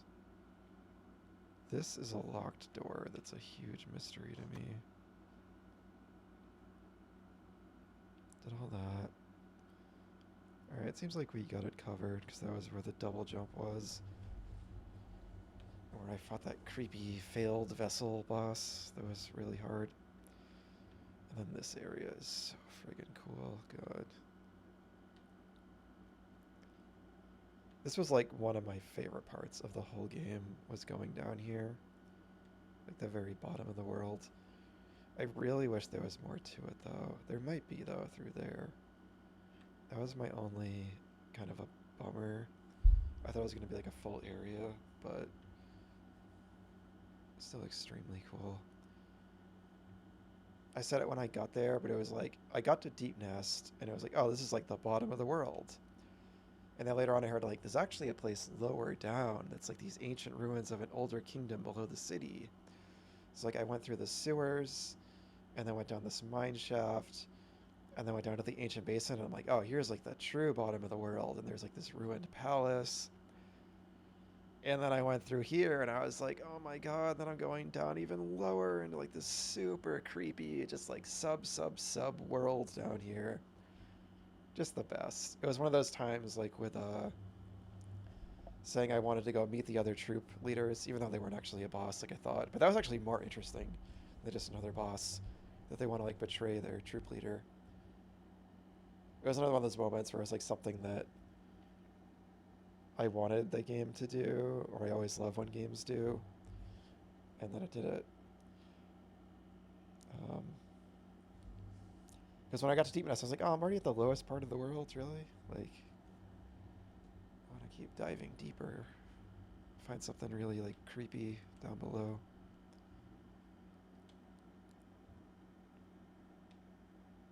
Alright, so what tram station do we want?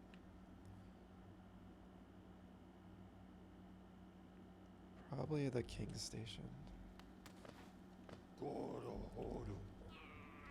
Or not tram station, but stag station.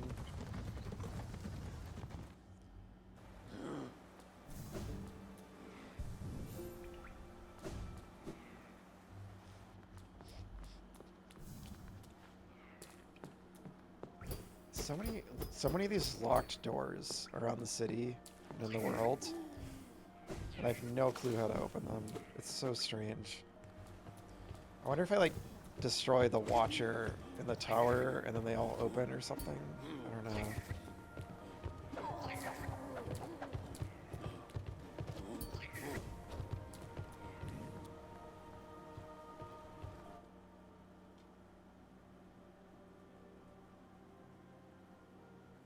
Yeah, takes me right to it.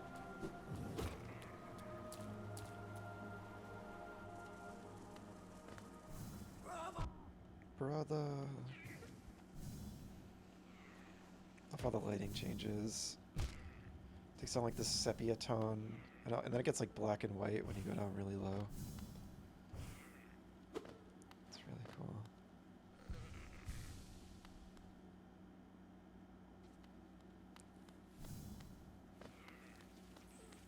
It's cool to see a game like this do things with like lighting. But it mostly has kind of this like static 2D art style. It's really cool.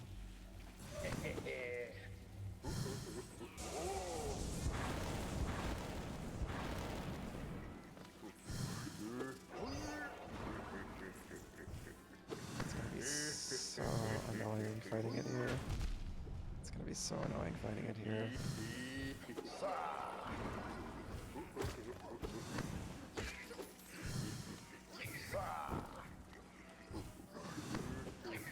This is better. Yeah, the fire.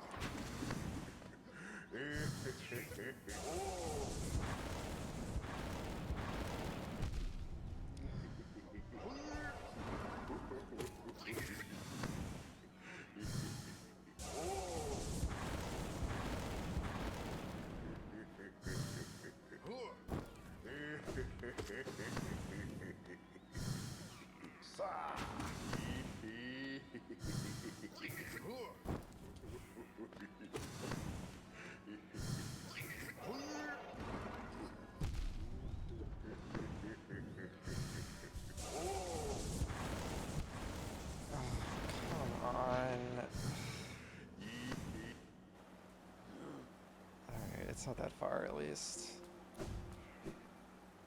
He was like one hit away from dying.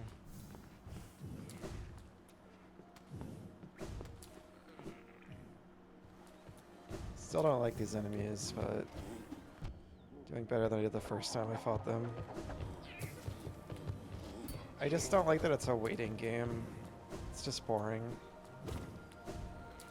And it's so different for this game because like every enemy is so fast.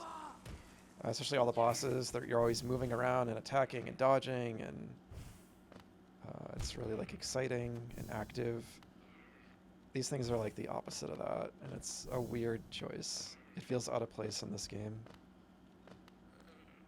Especially because it's already like a tedious little errand run to go and find them and everything. So yeah. I can't wait to be done with this. And honestly, because it's been annoying, it makes me not want to finish the troop leader's ritual and side with his accordion guy. Just to spite these things.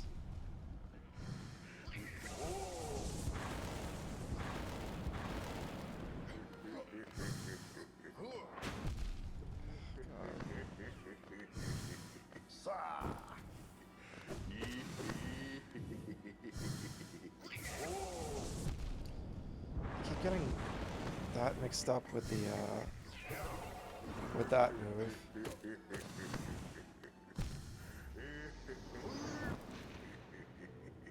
I have no idea what just killed me. I have absolutely no idea what just killed me. Yeah.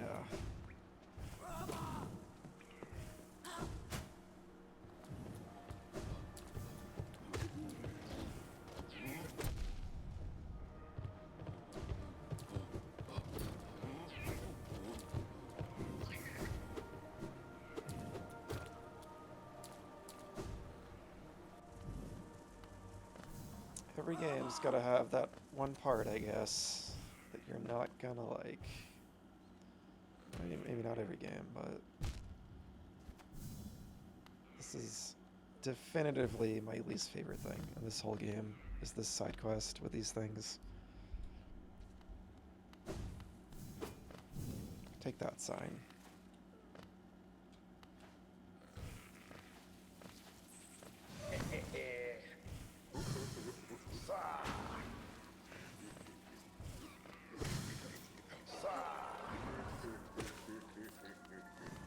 Well, maybe that mid-air section of the Colosseum is my least favorite thing, but honestly, I might even take that.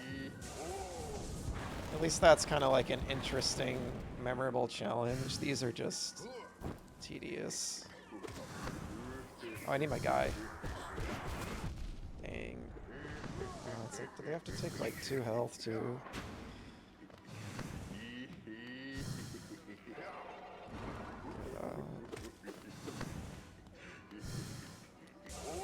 Alright, he does the big wiggle, he does the fire, he does the small wiggle, he does, what's that part of Breath of the Wild for you, the part I don't like? That's a good question, because when I said every game has that, I honestly thought of like my favorite Zeldas, and I'm like, well, they don't really have that. But Breath of the Wild does have that, and I will tell you, and it's kind of it's in Tears of the Kingdom too, but where it's arguably even worse maybe. My least favorite part of Breath of the Wild, and it's not really like a singular mission or something like this is, it's more of like a recurring aspect of the game's design. It's the enemies that randomly appear in the world just to annoy you. So I don't know how far I don't think you finished it. So there's something I could say, but I don't want to spoil something accidentally. But at the very least, you've probably encountered the little skeletons that like pop out of the ground at night. I hate those things. They're just so annoying. I think they just make the game a little, slightly minusculely worse. I don't think they add anything to the game. They're maybe like interesting the first couple nights when it might like make you jump scare or jump scare you or kind of like be kind of a little creepy element, but they just get so tiring to me. So anything like that, like the Octoroks that appear, the things that shoot rocks at you from like a mile away and just pester you, all those little annoying enemies in that game, I could do without. If I could go in the options and turn off those enemies, I would. I think if they were like less frequent and they didn't like randomly spawn in the map in front of you, it wouldn't be an issue. At least nearly as much. But yeah, that's like, I mean, there's things I can criticize about Breath of the Wild for sure, like things that could be better and stuff, but Yeah, off the top of my head, that's like the one part of that game that was just annoying.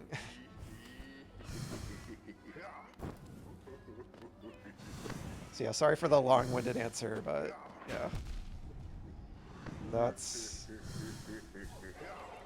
definitely clearly a part I have a lot to rant about, as you can probably tell.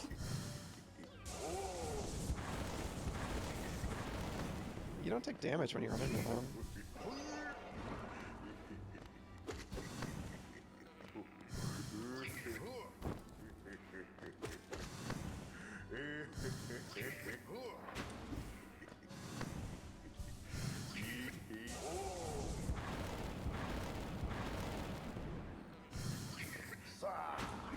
Damn.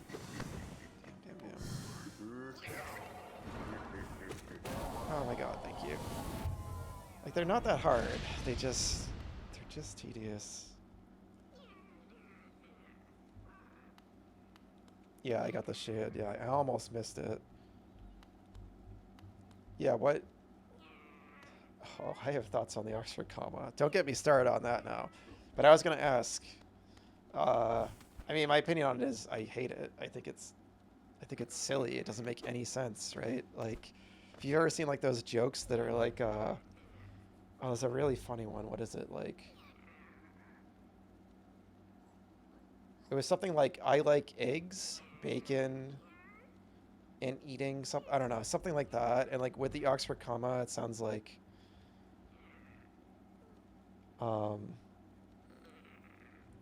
wait, no, am I getting mixed up? Hold on. I need to like Google this now.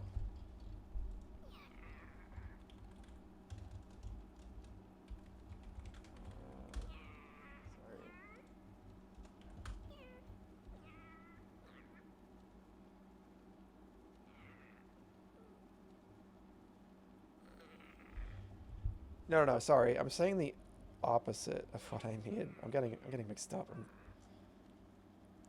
getting mixed up because I'm still in rant mode. But Breath of the Wild enemies. I'm looking for the quote I was thinking of though. No, so what I meant to say is I love the Oxford comma. Sorry, I said the opposite. I hate not using it. Yeah, I think not using it doesn't make any sense. And it just makes things more confusing and ambiguous. And yeah, I'm firmly in favor of it.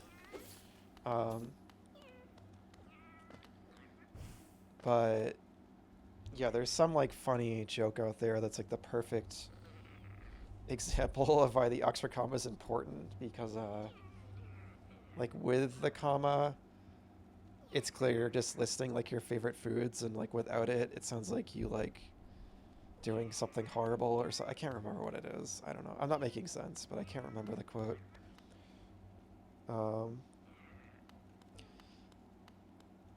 What do these guys say?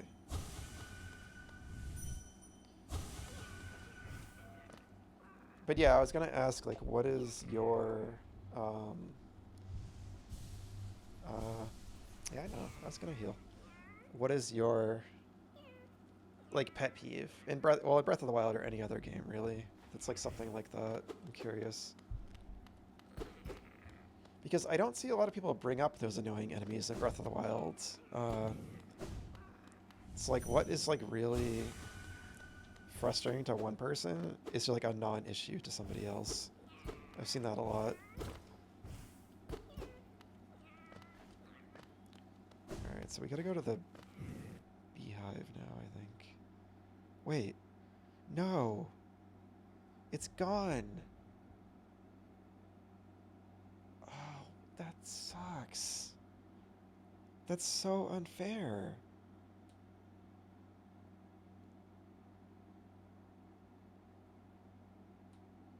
So that other marker was probably another member of the troupe.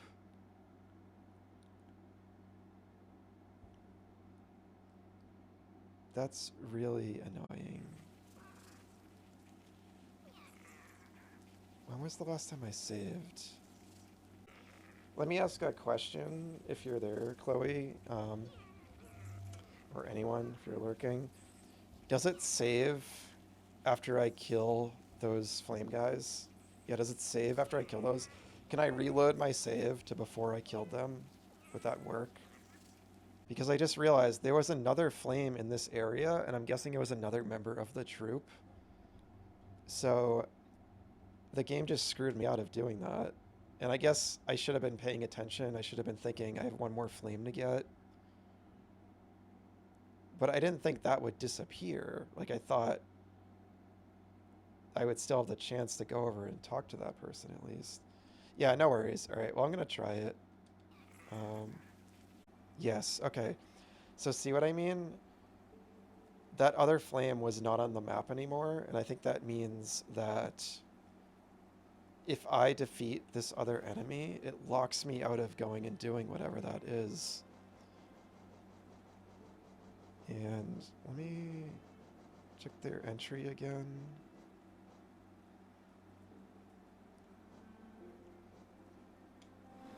Wait, no.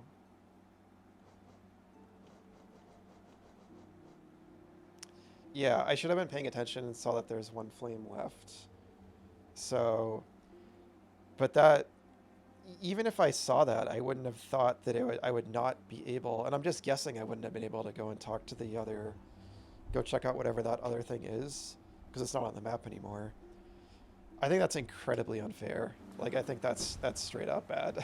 Like, I don't think that's fair to it, like, to players. That's not clear at all. But anyway, we're safe. I just gotta go get my ghost, and I'm definitely gonna go over there again. Because, yeah, the game auto-saves usually right away, so you usually can't reload your save. So if I had like gone to a bench without seeing that, I just wouldn't have been able to see this like other part of the game. Because I don't, at this point I do want to, I think, not continue this ritual and see where that goes. Yeah, go for it. Does that include me? Damn it. Okay, so you just mean other people, like, okay. I thought you meant like other people than yourself.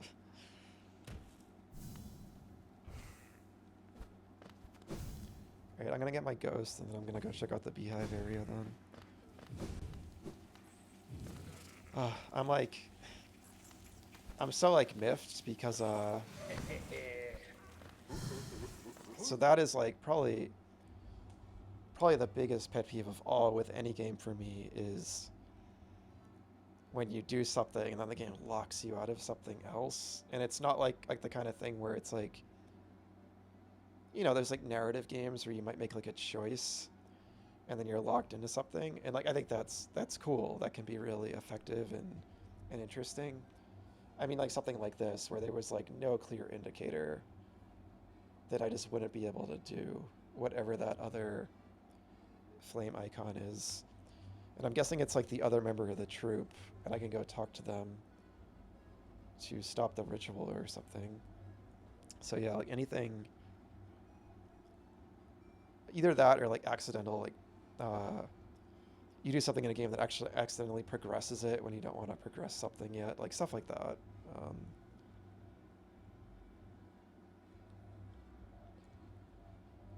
You often see people who haven't even gotten out of the Forgotten Crossroads asking for help and directions without properly taking the time to explore.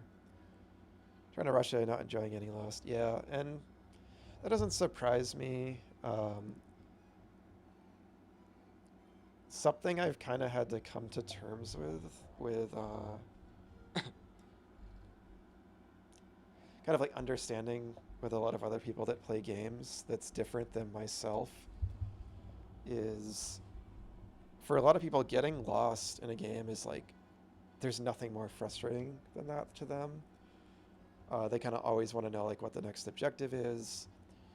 They don't want to like go in circles and stuff like that. And you know, I can like try to put myself in their shoes. I can understand maybe feeling that way and having that mentality. You want to keep making progress. You're frustrated not making progress. But with me, getting lost, especially in a game that's designed around it like this game, or Breath of the Wild and stuff like that, is the best. I love it. I love just getting lost in a world and stumbling on new things and not knowing where I am. There were times in Breath of the Wild where I just like wasn't looking at the map and I didn't know where I was in the world. And it's designed around that because you keep finding new stuff. And then later on I can look at the map and be more thorough. So I get that, yeah. I just think it's a case of like, you know, it's tough. Like I'd say you got to kind of like accept that everyone kind of has a different play style, but I also think there is like a conversation to be had where I think some people don't even kind of consider that it might be fun to get lost. You don't accept it. I think some people don't, maybe might not even like think that like, might not even like try to get lost and try to have that experience, and maybe that might be fun for them. Like so many games train us to just constantly be looking at the icons on the map. A lot of open world games are like that, and just following those icons and getting to the next thing and getting through the game, making progress. But I think if you kind of stop and slow down and just let yourself lose yourself in a game, like I feel like some of those people might enjoy that. You know, so I think it's like, you know, you can kind of like politely suggest that, but at the end of the day, they're going to play the game how they want to play it, and I think that's valid. You know, you got to let people do what they want to do.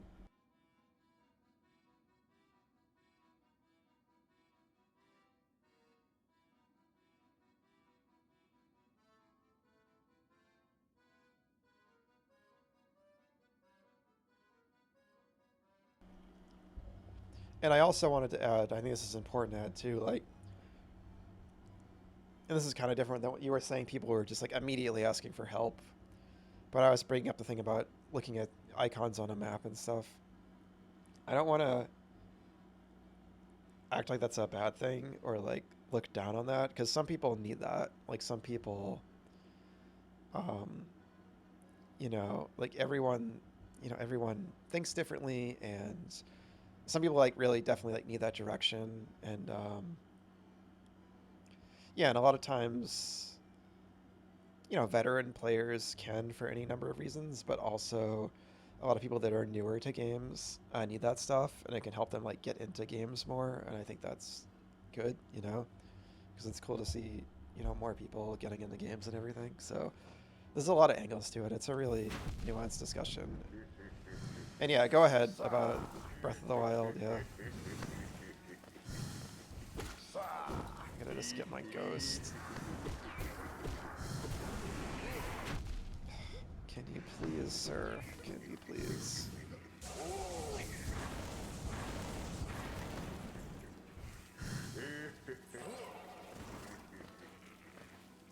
Go, go, go, go. Okay, we got the ghost.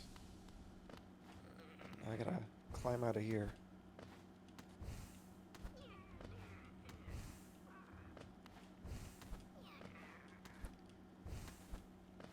But yeah, all that said, like, you know, I get you, right? Like, I'm being, you know, analytical and rational about it, which I have a habit of doing. But yeah, like the emotional part of me, I've definitely been in streams where like, you know, someone is just kind of like charging through the environment and just not like checking or looking at anything interesting, and I'm like, oh, could you just pass by something really cool, like they're just kind of like, nope, just like tunnel vision, like just eyes on the goal, and I'm just like, oh, because I'm just the opposite. I just love exploring so much, so it's hard not to feel that way.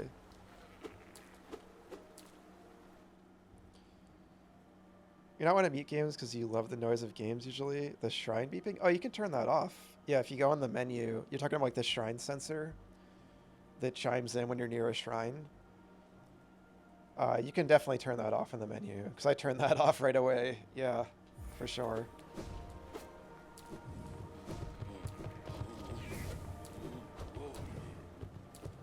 I assume that's what you're talking about.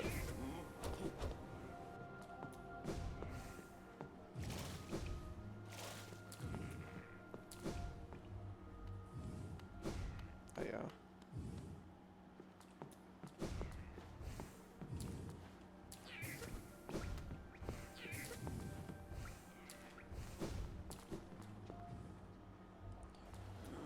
Yeah, because that took away from, like, you know, what I'm talking about. It took away from the fun of finding them and everything.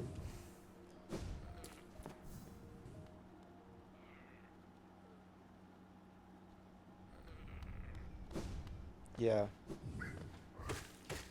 Yeah, but I mean, if you want to, yeah, there is an option to turn it off. Unless you mean, like, you still want to use it, you just don't like the noise, which I get that too. Like, you wish it just didn't make that noise.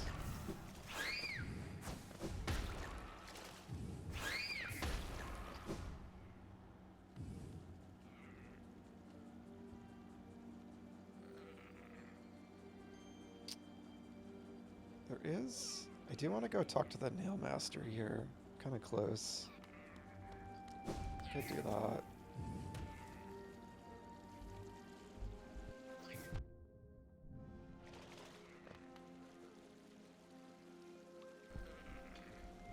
Gian, hello, it's great to see you. Hope you're doing well. I'm just, really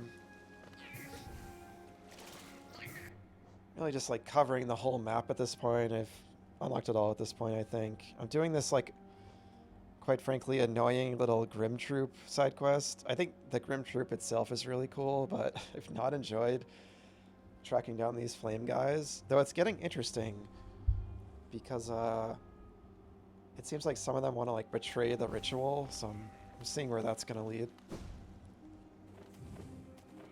As good as you can expect, yeah. Well, that's good to hear.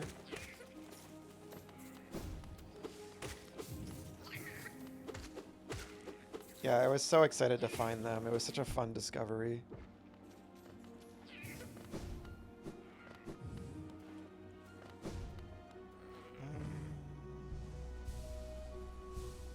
Where am I going?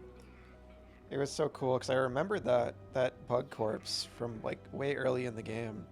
And I never forgot it. And that's the sign of, like, a good Metroidvania design, when there's just, like, a memorable set piece. And I always wanted to go back to it once I got the Dream Nail, and it was just so cool because at first, like, I lit the flame and I'm like, okay, what did that do? And then I went back to the town and just, like, freaked out. I was like, this is the coolest thing ever. I love this game. Like, so many just constant surprises and stuff.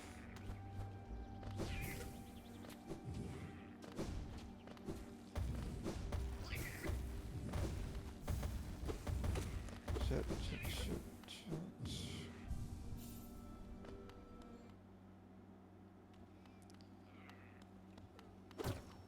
Yeah, so they have new dialogue now. So what have you been playing lately, Gian? That nail art you have been training with my brother Mato.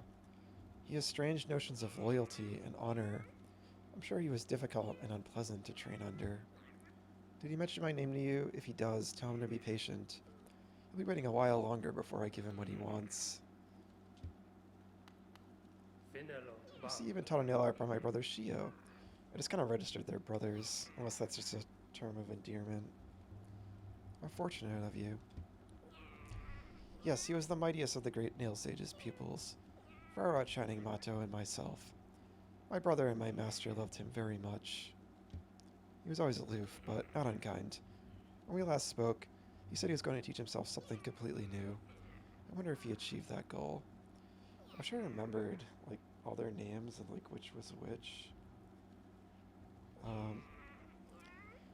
You're still on Tactics Ogre Reborn. You're in the optional final dungeon, grinding for equipment. Grinding for equipment drops. So is that like a post-game thing, or like, did you already finish the main game and it's like something after?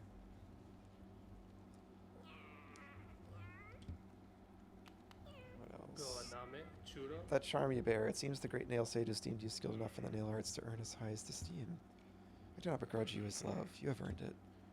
Perhaps by helping you along your path, I have redeemed myself, if only a little. Rest here if you must, but do not stay longer than you need to. I can't meditate with you? Sorry, I broke your thing. Oh, whoops, I didn't mean to do that. I could meditate with the other guy. Oh well.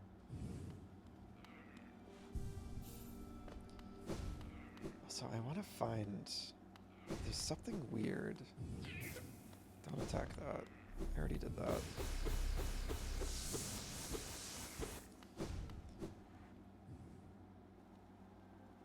What? Oh my god.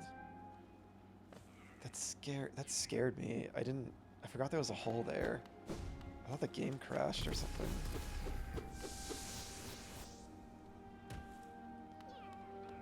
Where is that thing?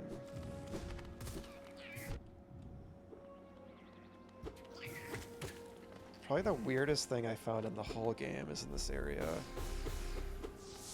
I have no idea what it is. I want to go check it out again.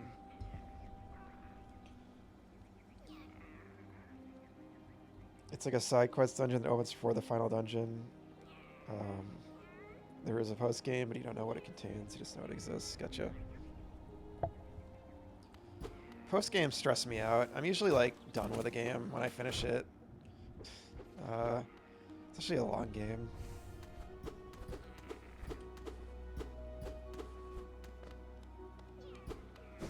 But they can be really cool, especially if they like. I don't like, one of my least favorite things is when, talking about pet peeves, is when there's a post-game in a game, but it, like, you need to reload your save before you defeated the final boss, and, like, the state of the world, you know, if it's, like, a story-based game, is still the same as before the final boss, but new things unlock for you to do. I hate that. It's, like, just unlock them before the final boss. Zelda's had a bad habit of doing that with the recent games. But if it's a post-game that actually narratively takes place, like, in a state of the world after you defeated, like, the big eel or whatever, that can be really cool. And kind of seeing how everything's changed and stuff. So I tend to like that, but not the other kind. There? No. Here. What the hell is this? This is so weird. Yeah, I just have no idea. I'm thinking it's like maybe like a warp to like the mushroom area.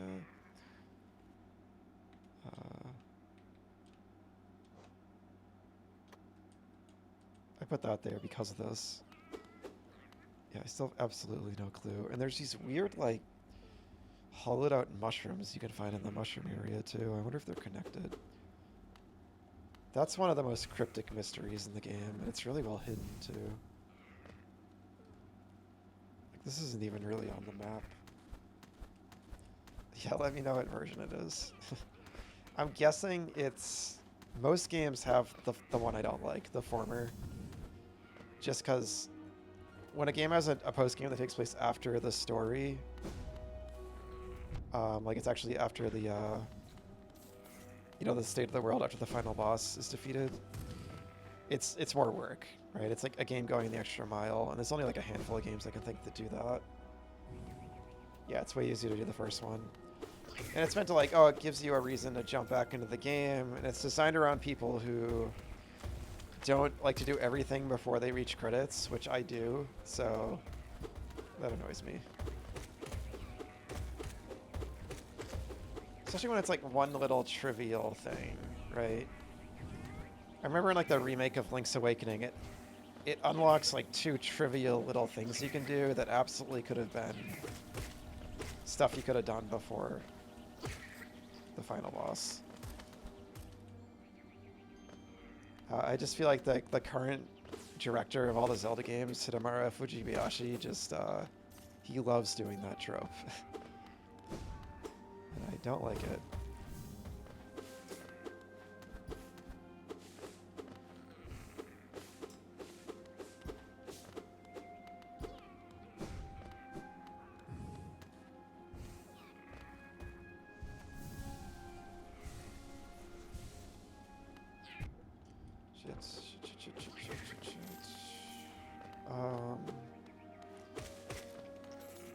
Alright, so we gotta go to the beehive now.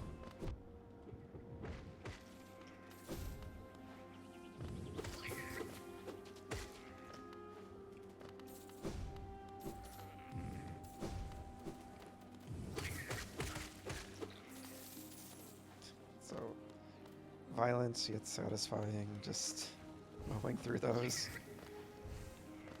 Especially because this area was kind of annoying the first time with all those enemies. Though mainly the big hoppy ones. You're done with your assignment? Nice, congrats. Is that for... what is that for? What class is that for? Like biology, I'm guessing maybe?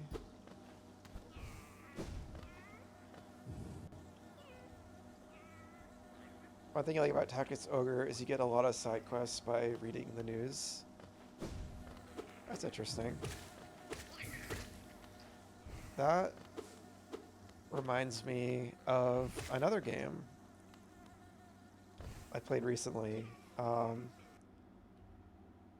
It's called Xenoblade Chronicles 3. Have you heard of it, Gian?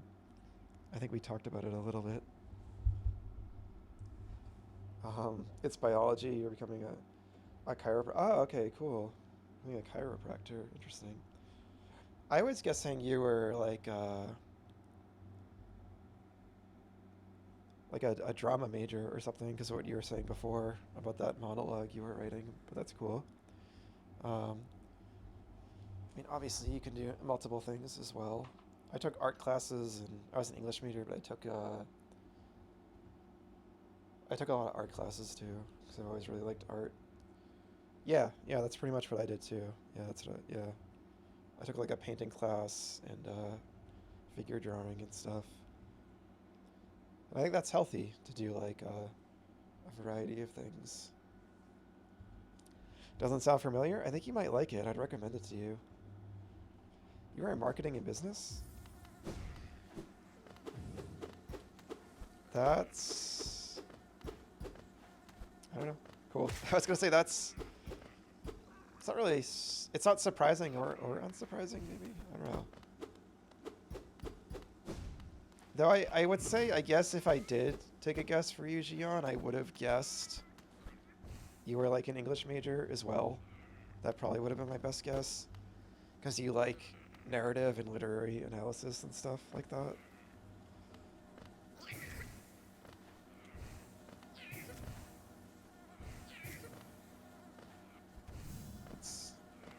Okay, this is a shortcut. My son is trying to murder everything again.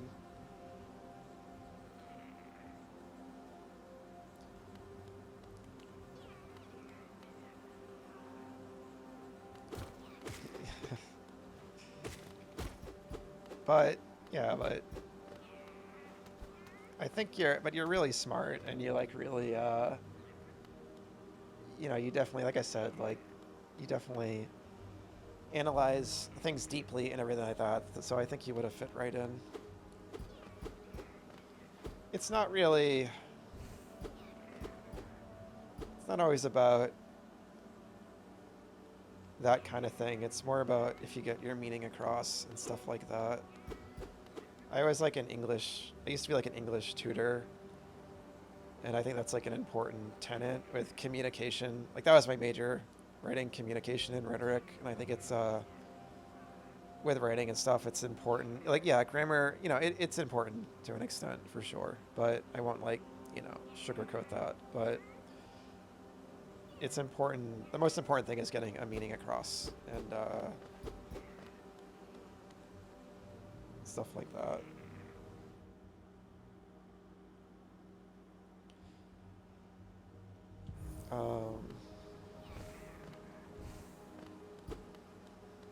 Okay, where is this thing?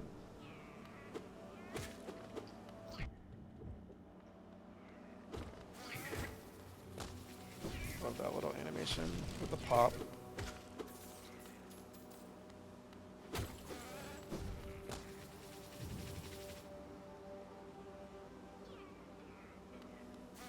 They just gave up.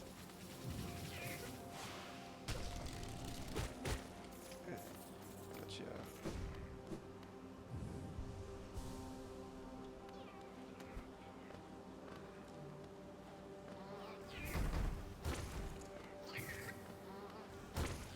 Where is this thing again?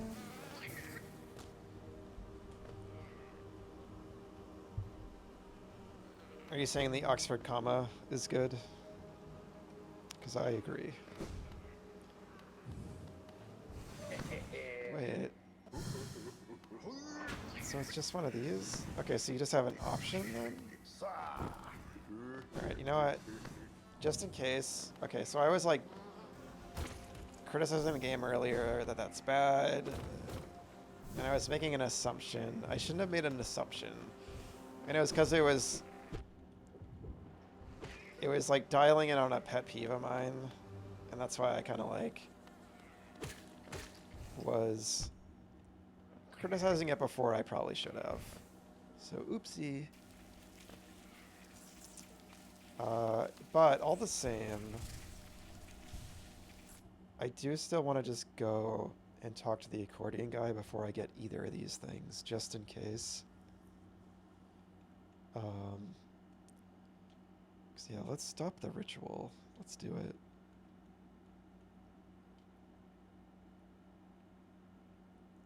It's the quickest way out of here.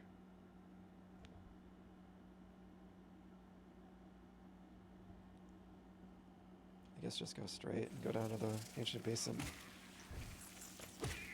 Yeah, that's where the beehive was. So cool. It's so well hidden. The entrance.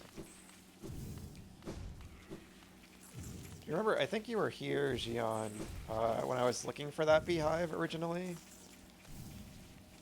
And I couldn't find the entrance. And yeah, I finally found it eventually, and I was so hyped about it. Like, you were probably like laughing at me because I kept like passing by there, but yeah, it was so well hidden. I loved that. I just kind of like found it by chance. I was just slashing like every wall. But I found it I was like, beehive entrances are usually on the bottom.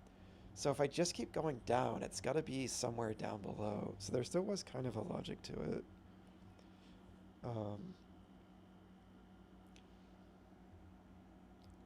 But with AI using it, it's been downgraded in terms of uses for being cheap and low cost. If it's obvious in terms of marketing trends. Our bosses are obsessed with it, so it's been used less in terms of presentation and marketing. There is used a lot, but it's notable.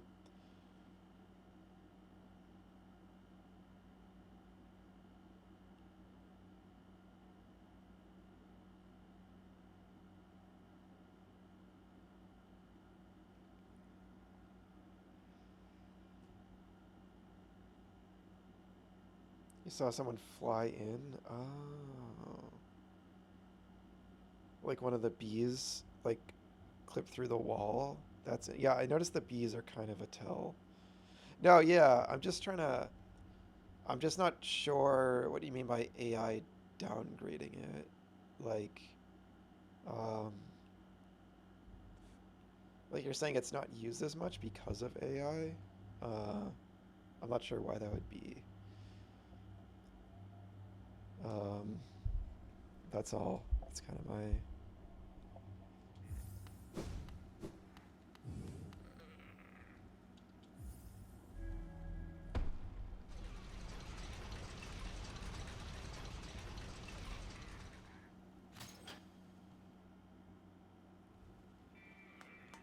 At the bench.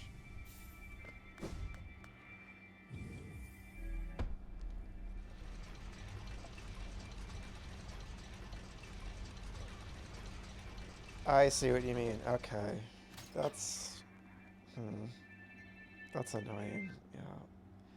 I mean, I just think it's better. It just makes more sense to use it. I didn't know that was a thing. Because I just stay the hell away from AI and everything related to it as much as I can, to be honest. And I definitely do not use it at all for writing. I think that's just setting a very like dangerous precedent, especially for like creative writing. I'm mainly thinking of like if you solely use that to like check your writing and stuff, like that's yeah, that's not great.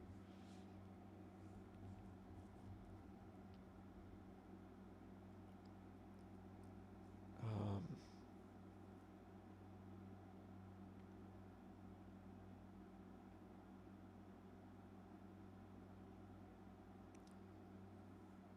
but let me see.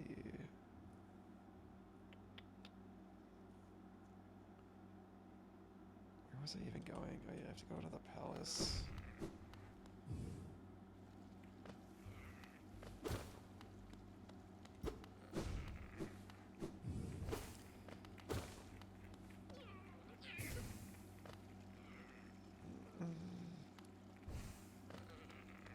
And what I mean by that is like, you know, because it's still very prone to mistakes, and you know, I'm thinking of like writing like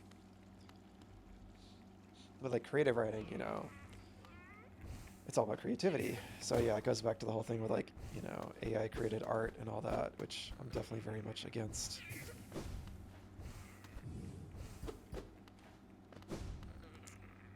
But anyway, look at me getting into the AI conversation, which I'm just so tired of hearing about it. I often like tune into streams and the streamers talking about it and stuff, but it is something you gotta talk about, I guess, because it's getting so prevalent.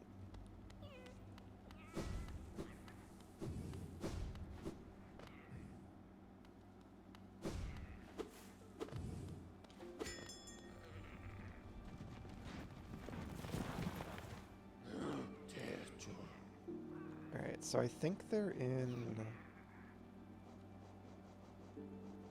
We could go here. This is right near where I think they meant they're near like where I lit the flame.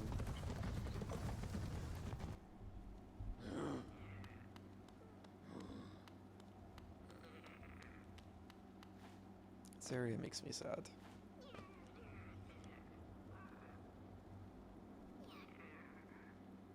Yeah, but because of it, it scrapes those texts.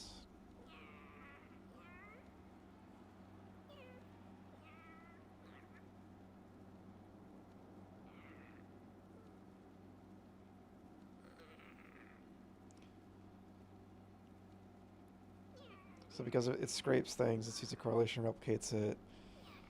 It likes to use a lot of words to describe something when it runs into word nonsense, because it's just like those kind of make sense together. That's what it uses the Oxford comma, you mean? Yeah. Yeah, no, I got you. I got the you meant words. Yeah. Yeah, yeah. And like I can see what you mean, kinda. I'm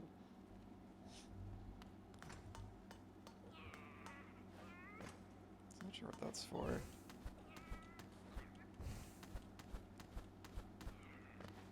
Yeah, I just didn't know. I wasn't aware it had like a reputation for that, and that was like a thing with it. So that's something I'm learning. But that's annoying, because the Oxford comma is a good thing, in my opinion. I don't want AI to ruin that. But yeah, you gotta be like on the lookout for it, unfortunately, so I can see why people look for like tells with it. Yeah, for sure. Yeah. I mean, yeah, I got plenty of AI bots and stuff as is, so. Speaking of, I had a scammer just message me on Discord just the other day. And it was just like so obvious. Like I had a scammer,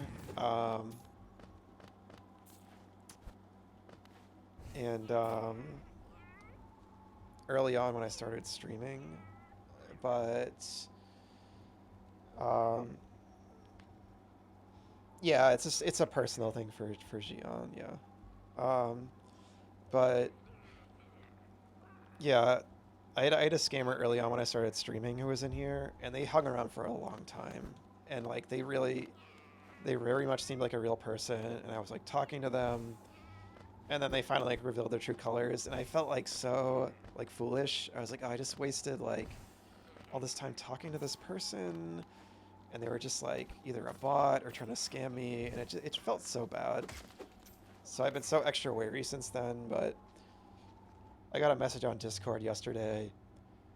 And it was just like it was from a Discord, it was from a server I knew, and I double checked their Twitch channel and it seemed legit, which is weird.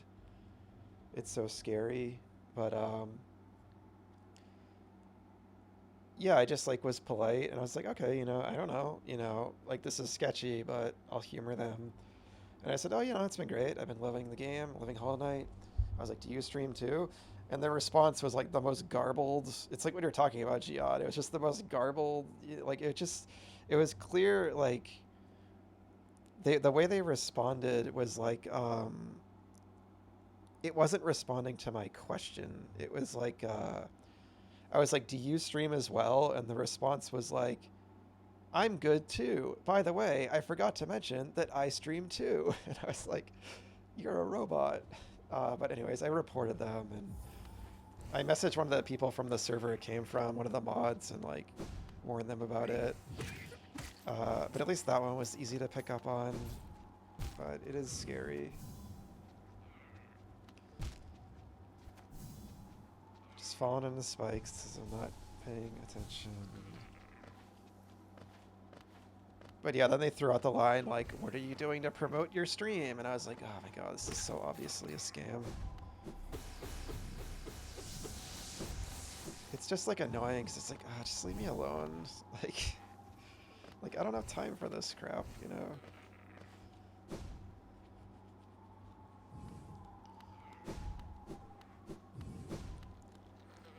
But yeah, it's just something I gotta kind of get used to if I'm gonna do this kind of stuff.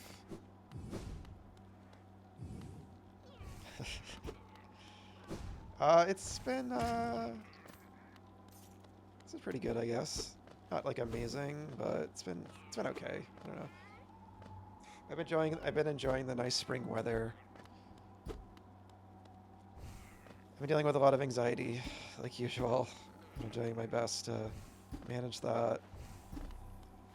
It's my second month of streaming, so I've been, focusing on this. I've gotten back into working on my book that I'm writing, which I kind of had been on a hiatus since last summer. And I really wanted to get back to it, so I've been doing that. I just kind of started it last weekend, really, a few days ago.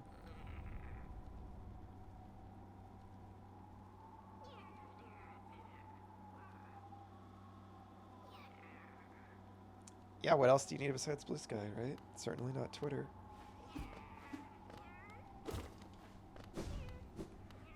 Oh, this is the wrong way.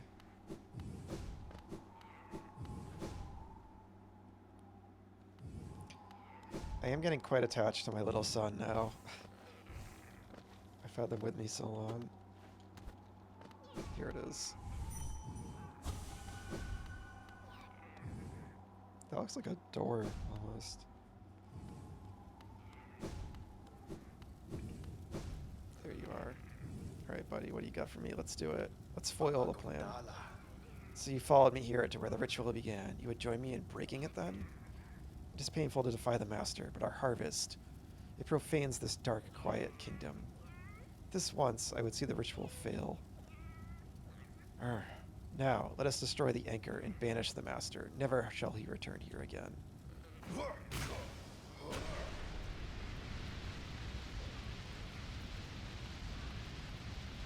What's happening? Yeah, screw it up. Mess it up.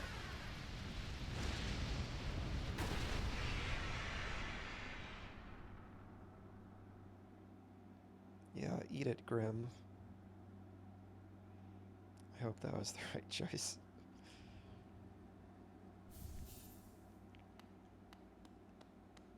Maybe that guy's the bad guy? And it's gone. Interesting. So I was wondering earlier.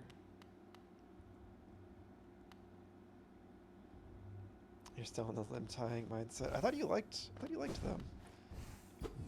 You were kind of the one that convinced me, started to get me to see them in a bit more of an endearing light. I was kind of annoyed with them at first. They're gone. I just noticed, because I banished them. Oh no, I banished my son. I just said that too. Oh no, my little baby. They were growing big and strong and healthy. Just like Minmo. If you don't know who Minmo is, it's a Silent Hill 3 reference. Silent Hill is one of my favorite series. Excellent horror game series. Well, the older ones anyway. And I heard Silent Hill F is good, but I don't have a PS5, so I haven't played it. Damn. So can you just not 100% the game if you do this, I wonder? Because I lost the badge too. Let's go check the town. I got a trophy or a achievement, so I feel like it might have auto-saved already.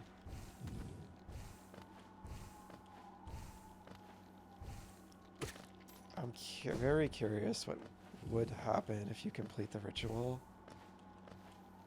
It seemed quite evil.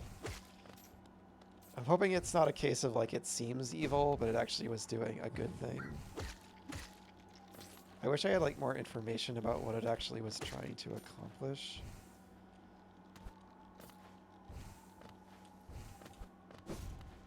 But so let's go check the town. Depending on it, if anything's different there. I might just live with this decision. Screw 100%. I think this is interesting.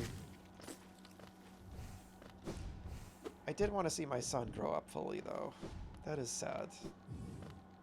But they were probably they were an evil son anyway. They were going around killing all my mantis friends. Yeah.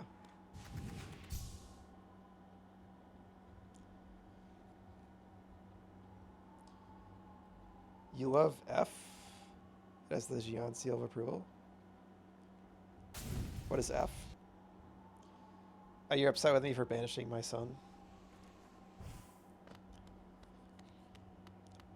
I mean, after just saying you wanted me to tie them up with their own legs. They're gone. Oh, they're here. And they look different.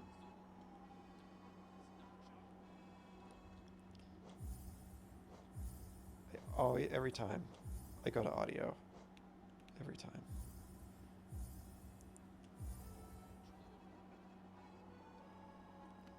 Let's get one on the bench. Me and my friends. Oh, sound off. You played it? Did you play it, Gian? Yeah, of course. Yeah, I should have. I forgot I mentioned it. I know. I do feel bad about the sun, but it seems like it worked out okay for Accordion Man.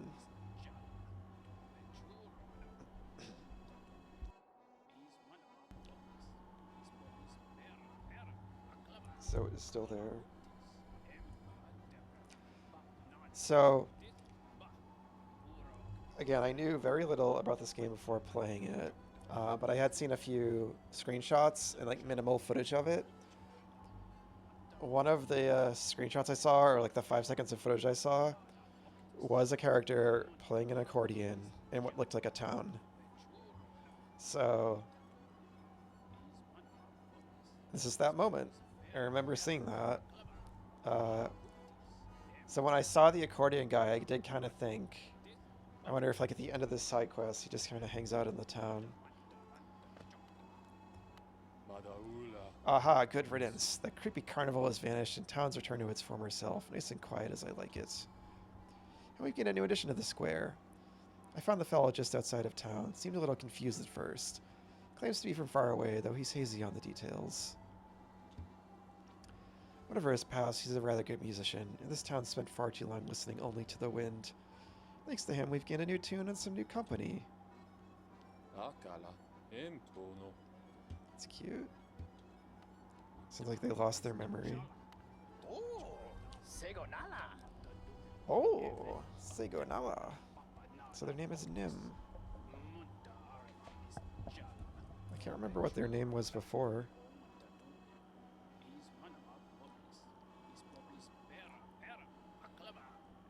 I wonder what the deal with that big slug lady was who was part of the carnival. I wonder if you like fought her, if I went through with it. Ah, hello, hello. I'm new around these parts.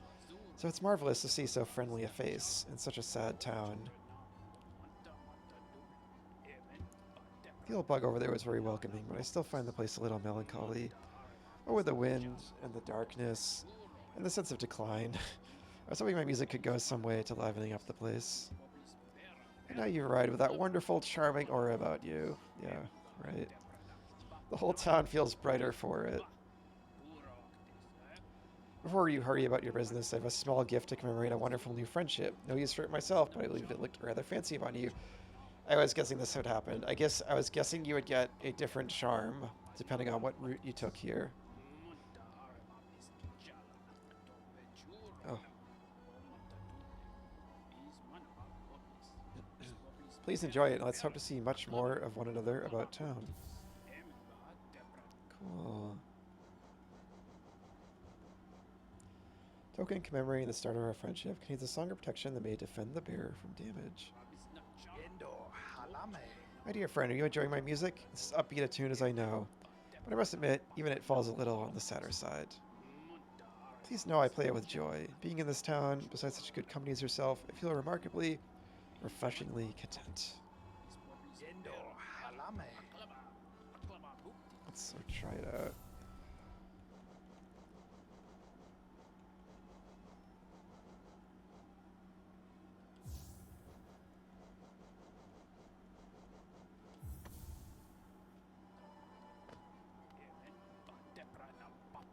Maybe it activates when you take damage. Ah, just marvelous. I'm so glad you consider my gift worth wearing, and my, it does suit you well. To be honest, I'm not even sure where I came upon it, but staring at its design, my memory stirs. Something and someone forgotten, lost far away. The specifics elude me, but a strange sense remains. Fear, but also longing, like a strange nostalgia for something that never happened. I have no need for it in any case, so I'm glad you're enjoying it.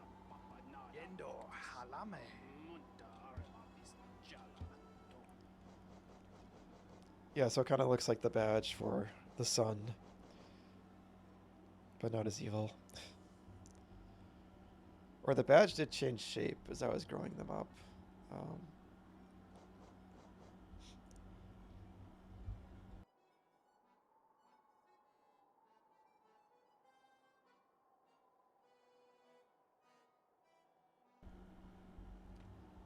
Yeah, I love them. I love this. That's interesting. This is the first time I feel like there's been a choice in the game, and I was wondering kind of all along if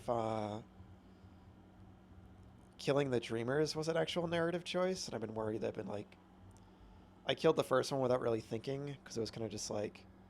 I tried everything else you could do, and it's the only way to interact with them, and I thought they were going to like turn into a boss, and then they just died. And the second one I encountered, I did not kill. I just left to find out more information about the story. And the third one, the one that was in like the weird lab in Fog Canyon, that's where Quirrell helped me, and it seemed like they wanted to be killed. They actually want this whole stasis thing to end. So I did kill them, and now I have one left. So it seems like it's mandatory, but maybe it's not, now that there is this other narrative choice. That's really interesting.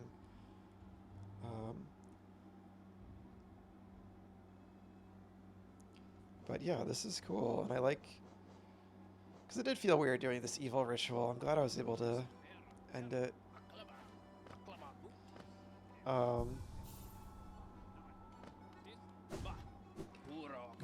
Typing in a Twitch chat, see your documents. So what a... it's funny. It would be funny if you sent, like... something about anatomy or whatever you're working on in the chat. So yeah, the town's getting quite lively now. I always love the stroke in games when a town gets more and more lively. So yeah, also I've been doing this boss Xion, this secret boss in here. That was a big surprise. I've done like 5 phases of it. I know there's more. I'm just like taking a break. Only 2 badges left.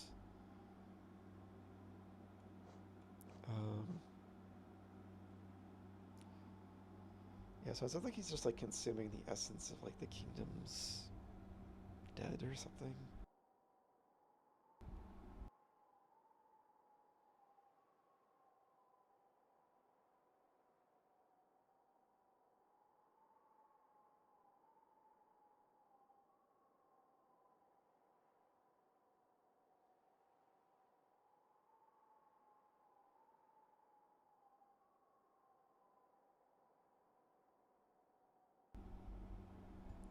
That boss's peak, yeah. Oh, that was a delightful surprise. It's a hard boss. It's getting really hard though. So yeah, they're like consuming the essence of the kingdom's downfall or something. Alright, let me check my notes. I'm really glad. So, okay, so real talk, like, I loved summoning that carnival. I thought that was such a cool moment. I thought the fight with Grimm was really fun. It felt very much inspired by the Dracula fights in Castlevania.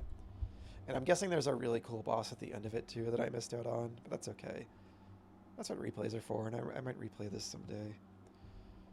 And especially because there's so many like little secrets and stuff, I feel like I'm probably not going to find everything. But yeah, the fact they made you hunt down those little gremlins 3 times. Maybe if I had done it earlier in the game and I found them naturally as I exploring, it would have been less tedious. But yeah, I thought they were annoying to fight. It was just like kind of, it felt like tedious, busy work hunting them down. Yeah, easily one of my least favorite things in the game. It sticks out like a sore thumb. It does not seem in keeping with the way the rest of this game is, which is just all about like constantly new, interesting content and exploration and like not doing tedious little busy work things. But it's okay. It's a minor thing. It's just one small part of the game, but yeah. I think it's like I kind of like have complained about the thing in the Coliseum I'm stuck on, but you know, I do think it's maybe a little unfair because it's almost like you need to like learn a new skill set to like survive in midair. It's just because it goes on so long. But I'm also willing to admit it might just be a get good situation. The Coliseum is meant to be one of the hardest things in the game. So, you know, I'm mindful of that. But I feel like this is like one of the only things in the game that I just kind of can say like, yeah, I didn't like that. But it's all right. I mean, their designs and stuff and their little cackles were pretty charming, I guess.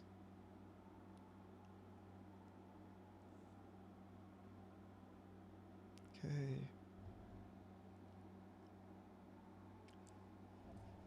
So the next stuff on my list, it kind of comes down to at this point.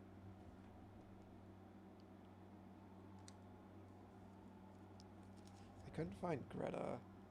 Yeah, I love them too. I love everything about it except the little busy work quests. We need to like track down like 9 of those little Grimkins and kill them. That's the part I mean. It's just that part. I wish we could have just like skipped that, done the boss fight, and then maybe gone out and like had the choice to meet that accordion guy or do the other ones. So I'm curious if I had filled up the other flames, if the accordion guy's marker down in the distant village would have disappeared, and I couldn't have done that. Because that's what I was worried would happen earlier when I reloaded the game. Hopefully not, but I don't know. So it's funny you say that, Chloe, because I was going to say, at this point in the game, do I have any more whispering roots left? I do have a couple. There's one there. There's a couple of those I gotta do, and I gotta turn in the rest of my dream essence, so that's something I gotta do. There's a handful of little odds and ends like that that I want to do, and also there's a handful of weird locked doors and mysteries I haven't solved. I do want to go down to the abyss and try that door again. I'm curious if maybe this key works on it. I doubt it, but I don't know where that goes to yet. But besides all that stuff, I have 2 charms, and I don't know where they are. I have no idea. The main things are like, I can go back to the Colosseum, or I can go and fight the Zote boss, or I also didn't do, in Soul Sanctum, there's like a dream version of the Soul Master I have not tried yet. So I'm at like the super difficult optional bosses part of the game. But so next time, I'm gonna stream for 3 hours, and it is my usual stopping time. So I think I'm gonna call it here. But next time, I'm probably gonna turn in my dream essence. I did want to see if I could get like more health before I attempted the Colosseum again. 2, 3, 4, 6. I have 8. So yeah, I'm gonna turn in the dream essence. I might look at this stuff off stream and like narrow down like what on the map can I do. That was the bank. We don't need that anymore. There's a weird like mushroom lord in this area. I have no idea. They're just like asleep. So many weird little things.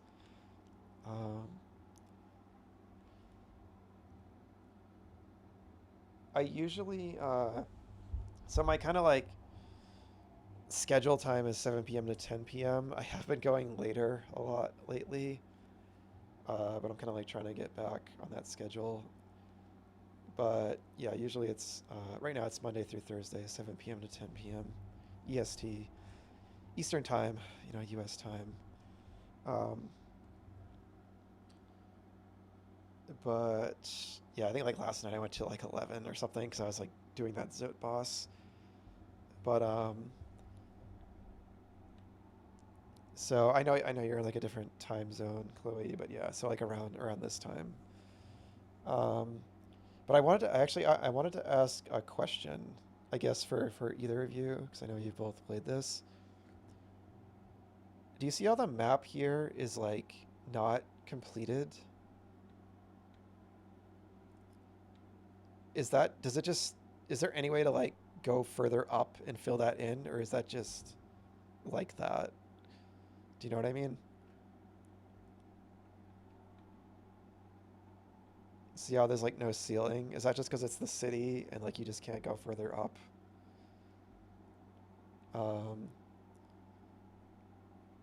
There's another area, there's a couple areas like that. Like here, it's kind of like that. Like I dropped down here, but it didn't fill in. It's just like that. Okay, that's what I thought. It just looks so unsatisfying and incomplete.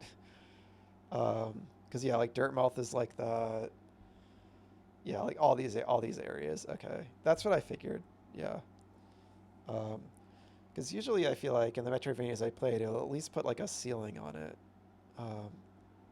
But I just want to make sure I'm trying to complete the whole map. So, but that was my guess because I don't. Yeah, I just figured I couldn't like because the elevator is right there, so it would really make sense to go up.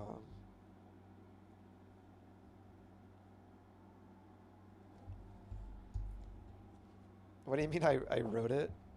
I do have a lot of issues with the map system in this game I've been griping about, but I like how it looks. I wish you could zoom in I don't quite understand. Like, I talked to Corner Fur in an area, and the map unlocked in town after that one time.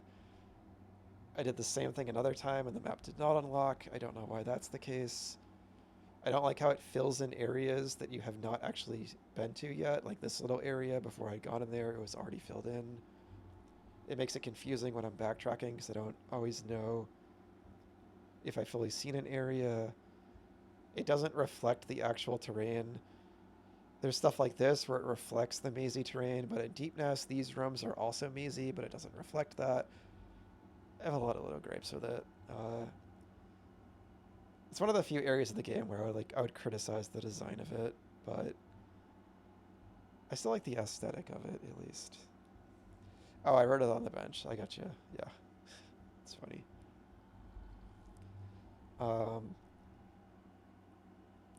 So yeah, so thanks for answering that. That clears that up. So yeah, I am so yeah, so next time I probably will do the soul thing and then I guess just try those bosses or go back to the Coliseum. Probably, what's tomorrow? Thursday? So tomorrow's my last stream of the week. So yeah, I'll probably try some combination of those things. I don't know.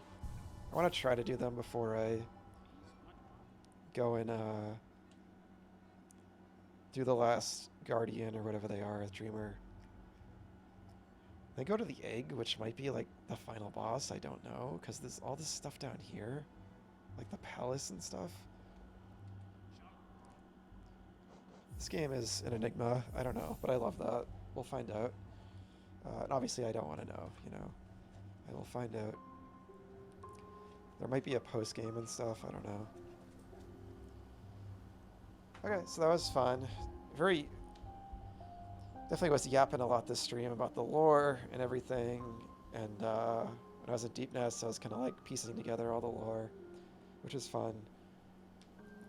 And I'm glad I'm done with the Grimm Troupe stuff because it's a cool moment, but again, I didn't enjoy like the meat of it, so to speak. But yeah, and I loved missing the beehive and then finding it later. That was such a highlight. Another less hollow night. Yes, night as in the time of day and the actual night. But yeah, so I'll be back tomorrow, 7 p.m. EST. And thanks for hanging out, y'all. It's good to see you. And yeah, I hope you have a great time zone yourselves. And thanks for being here. All right, take care.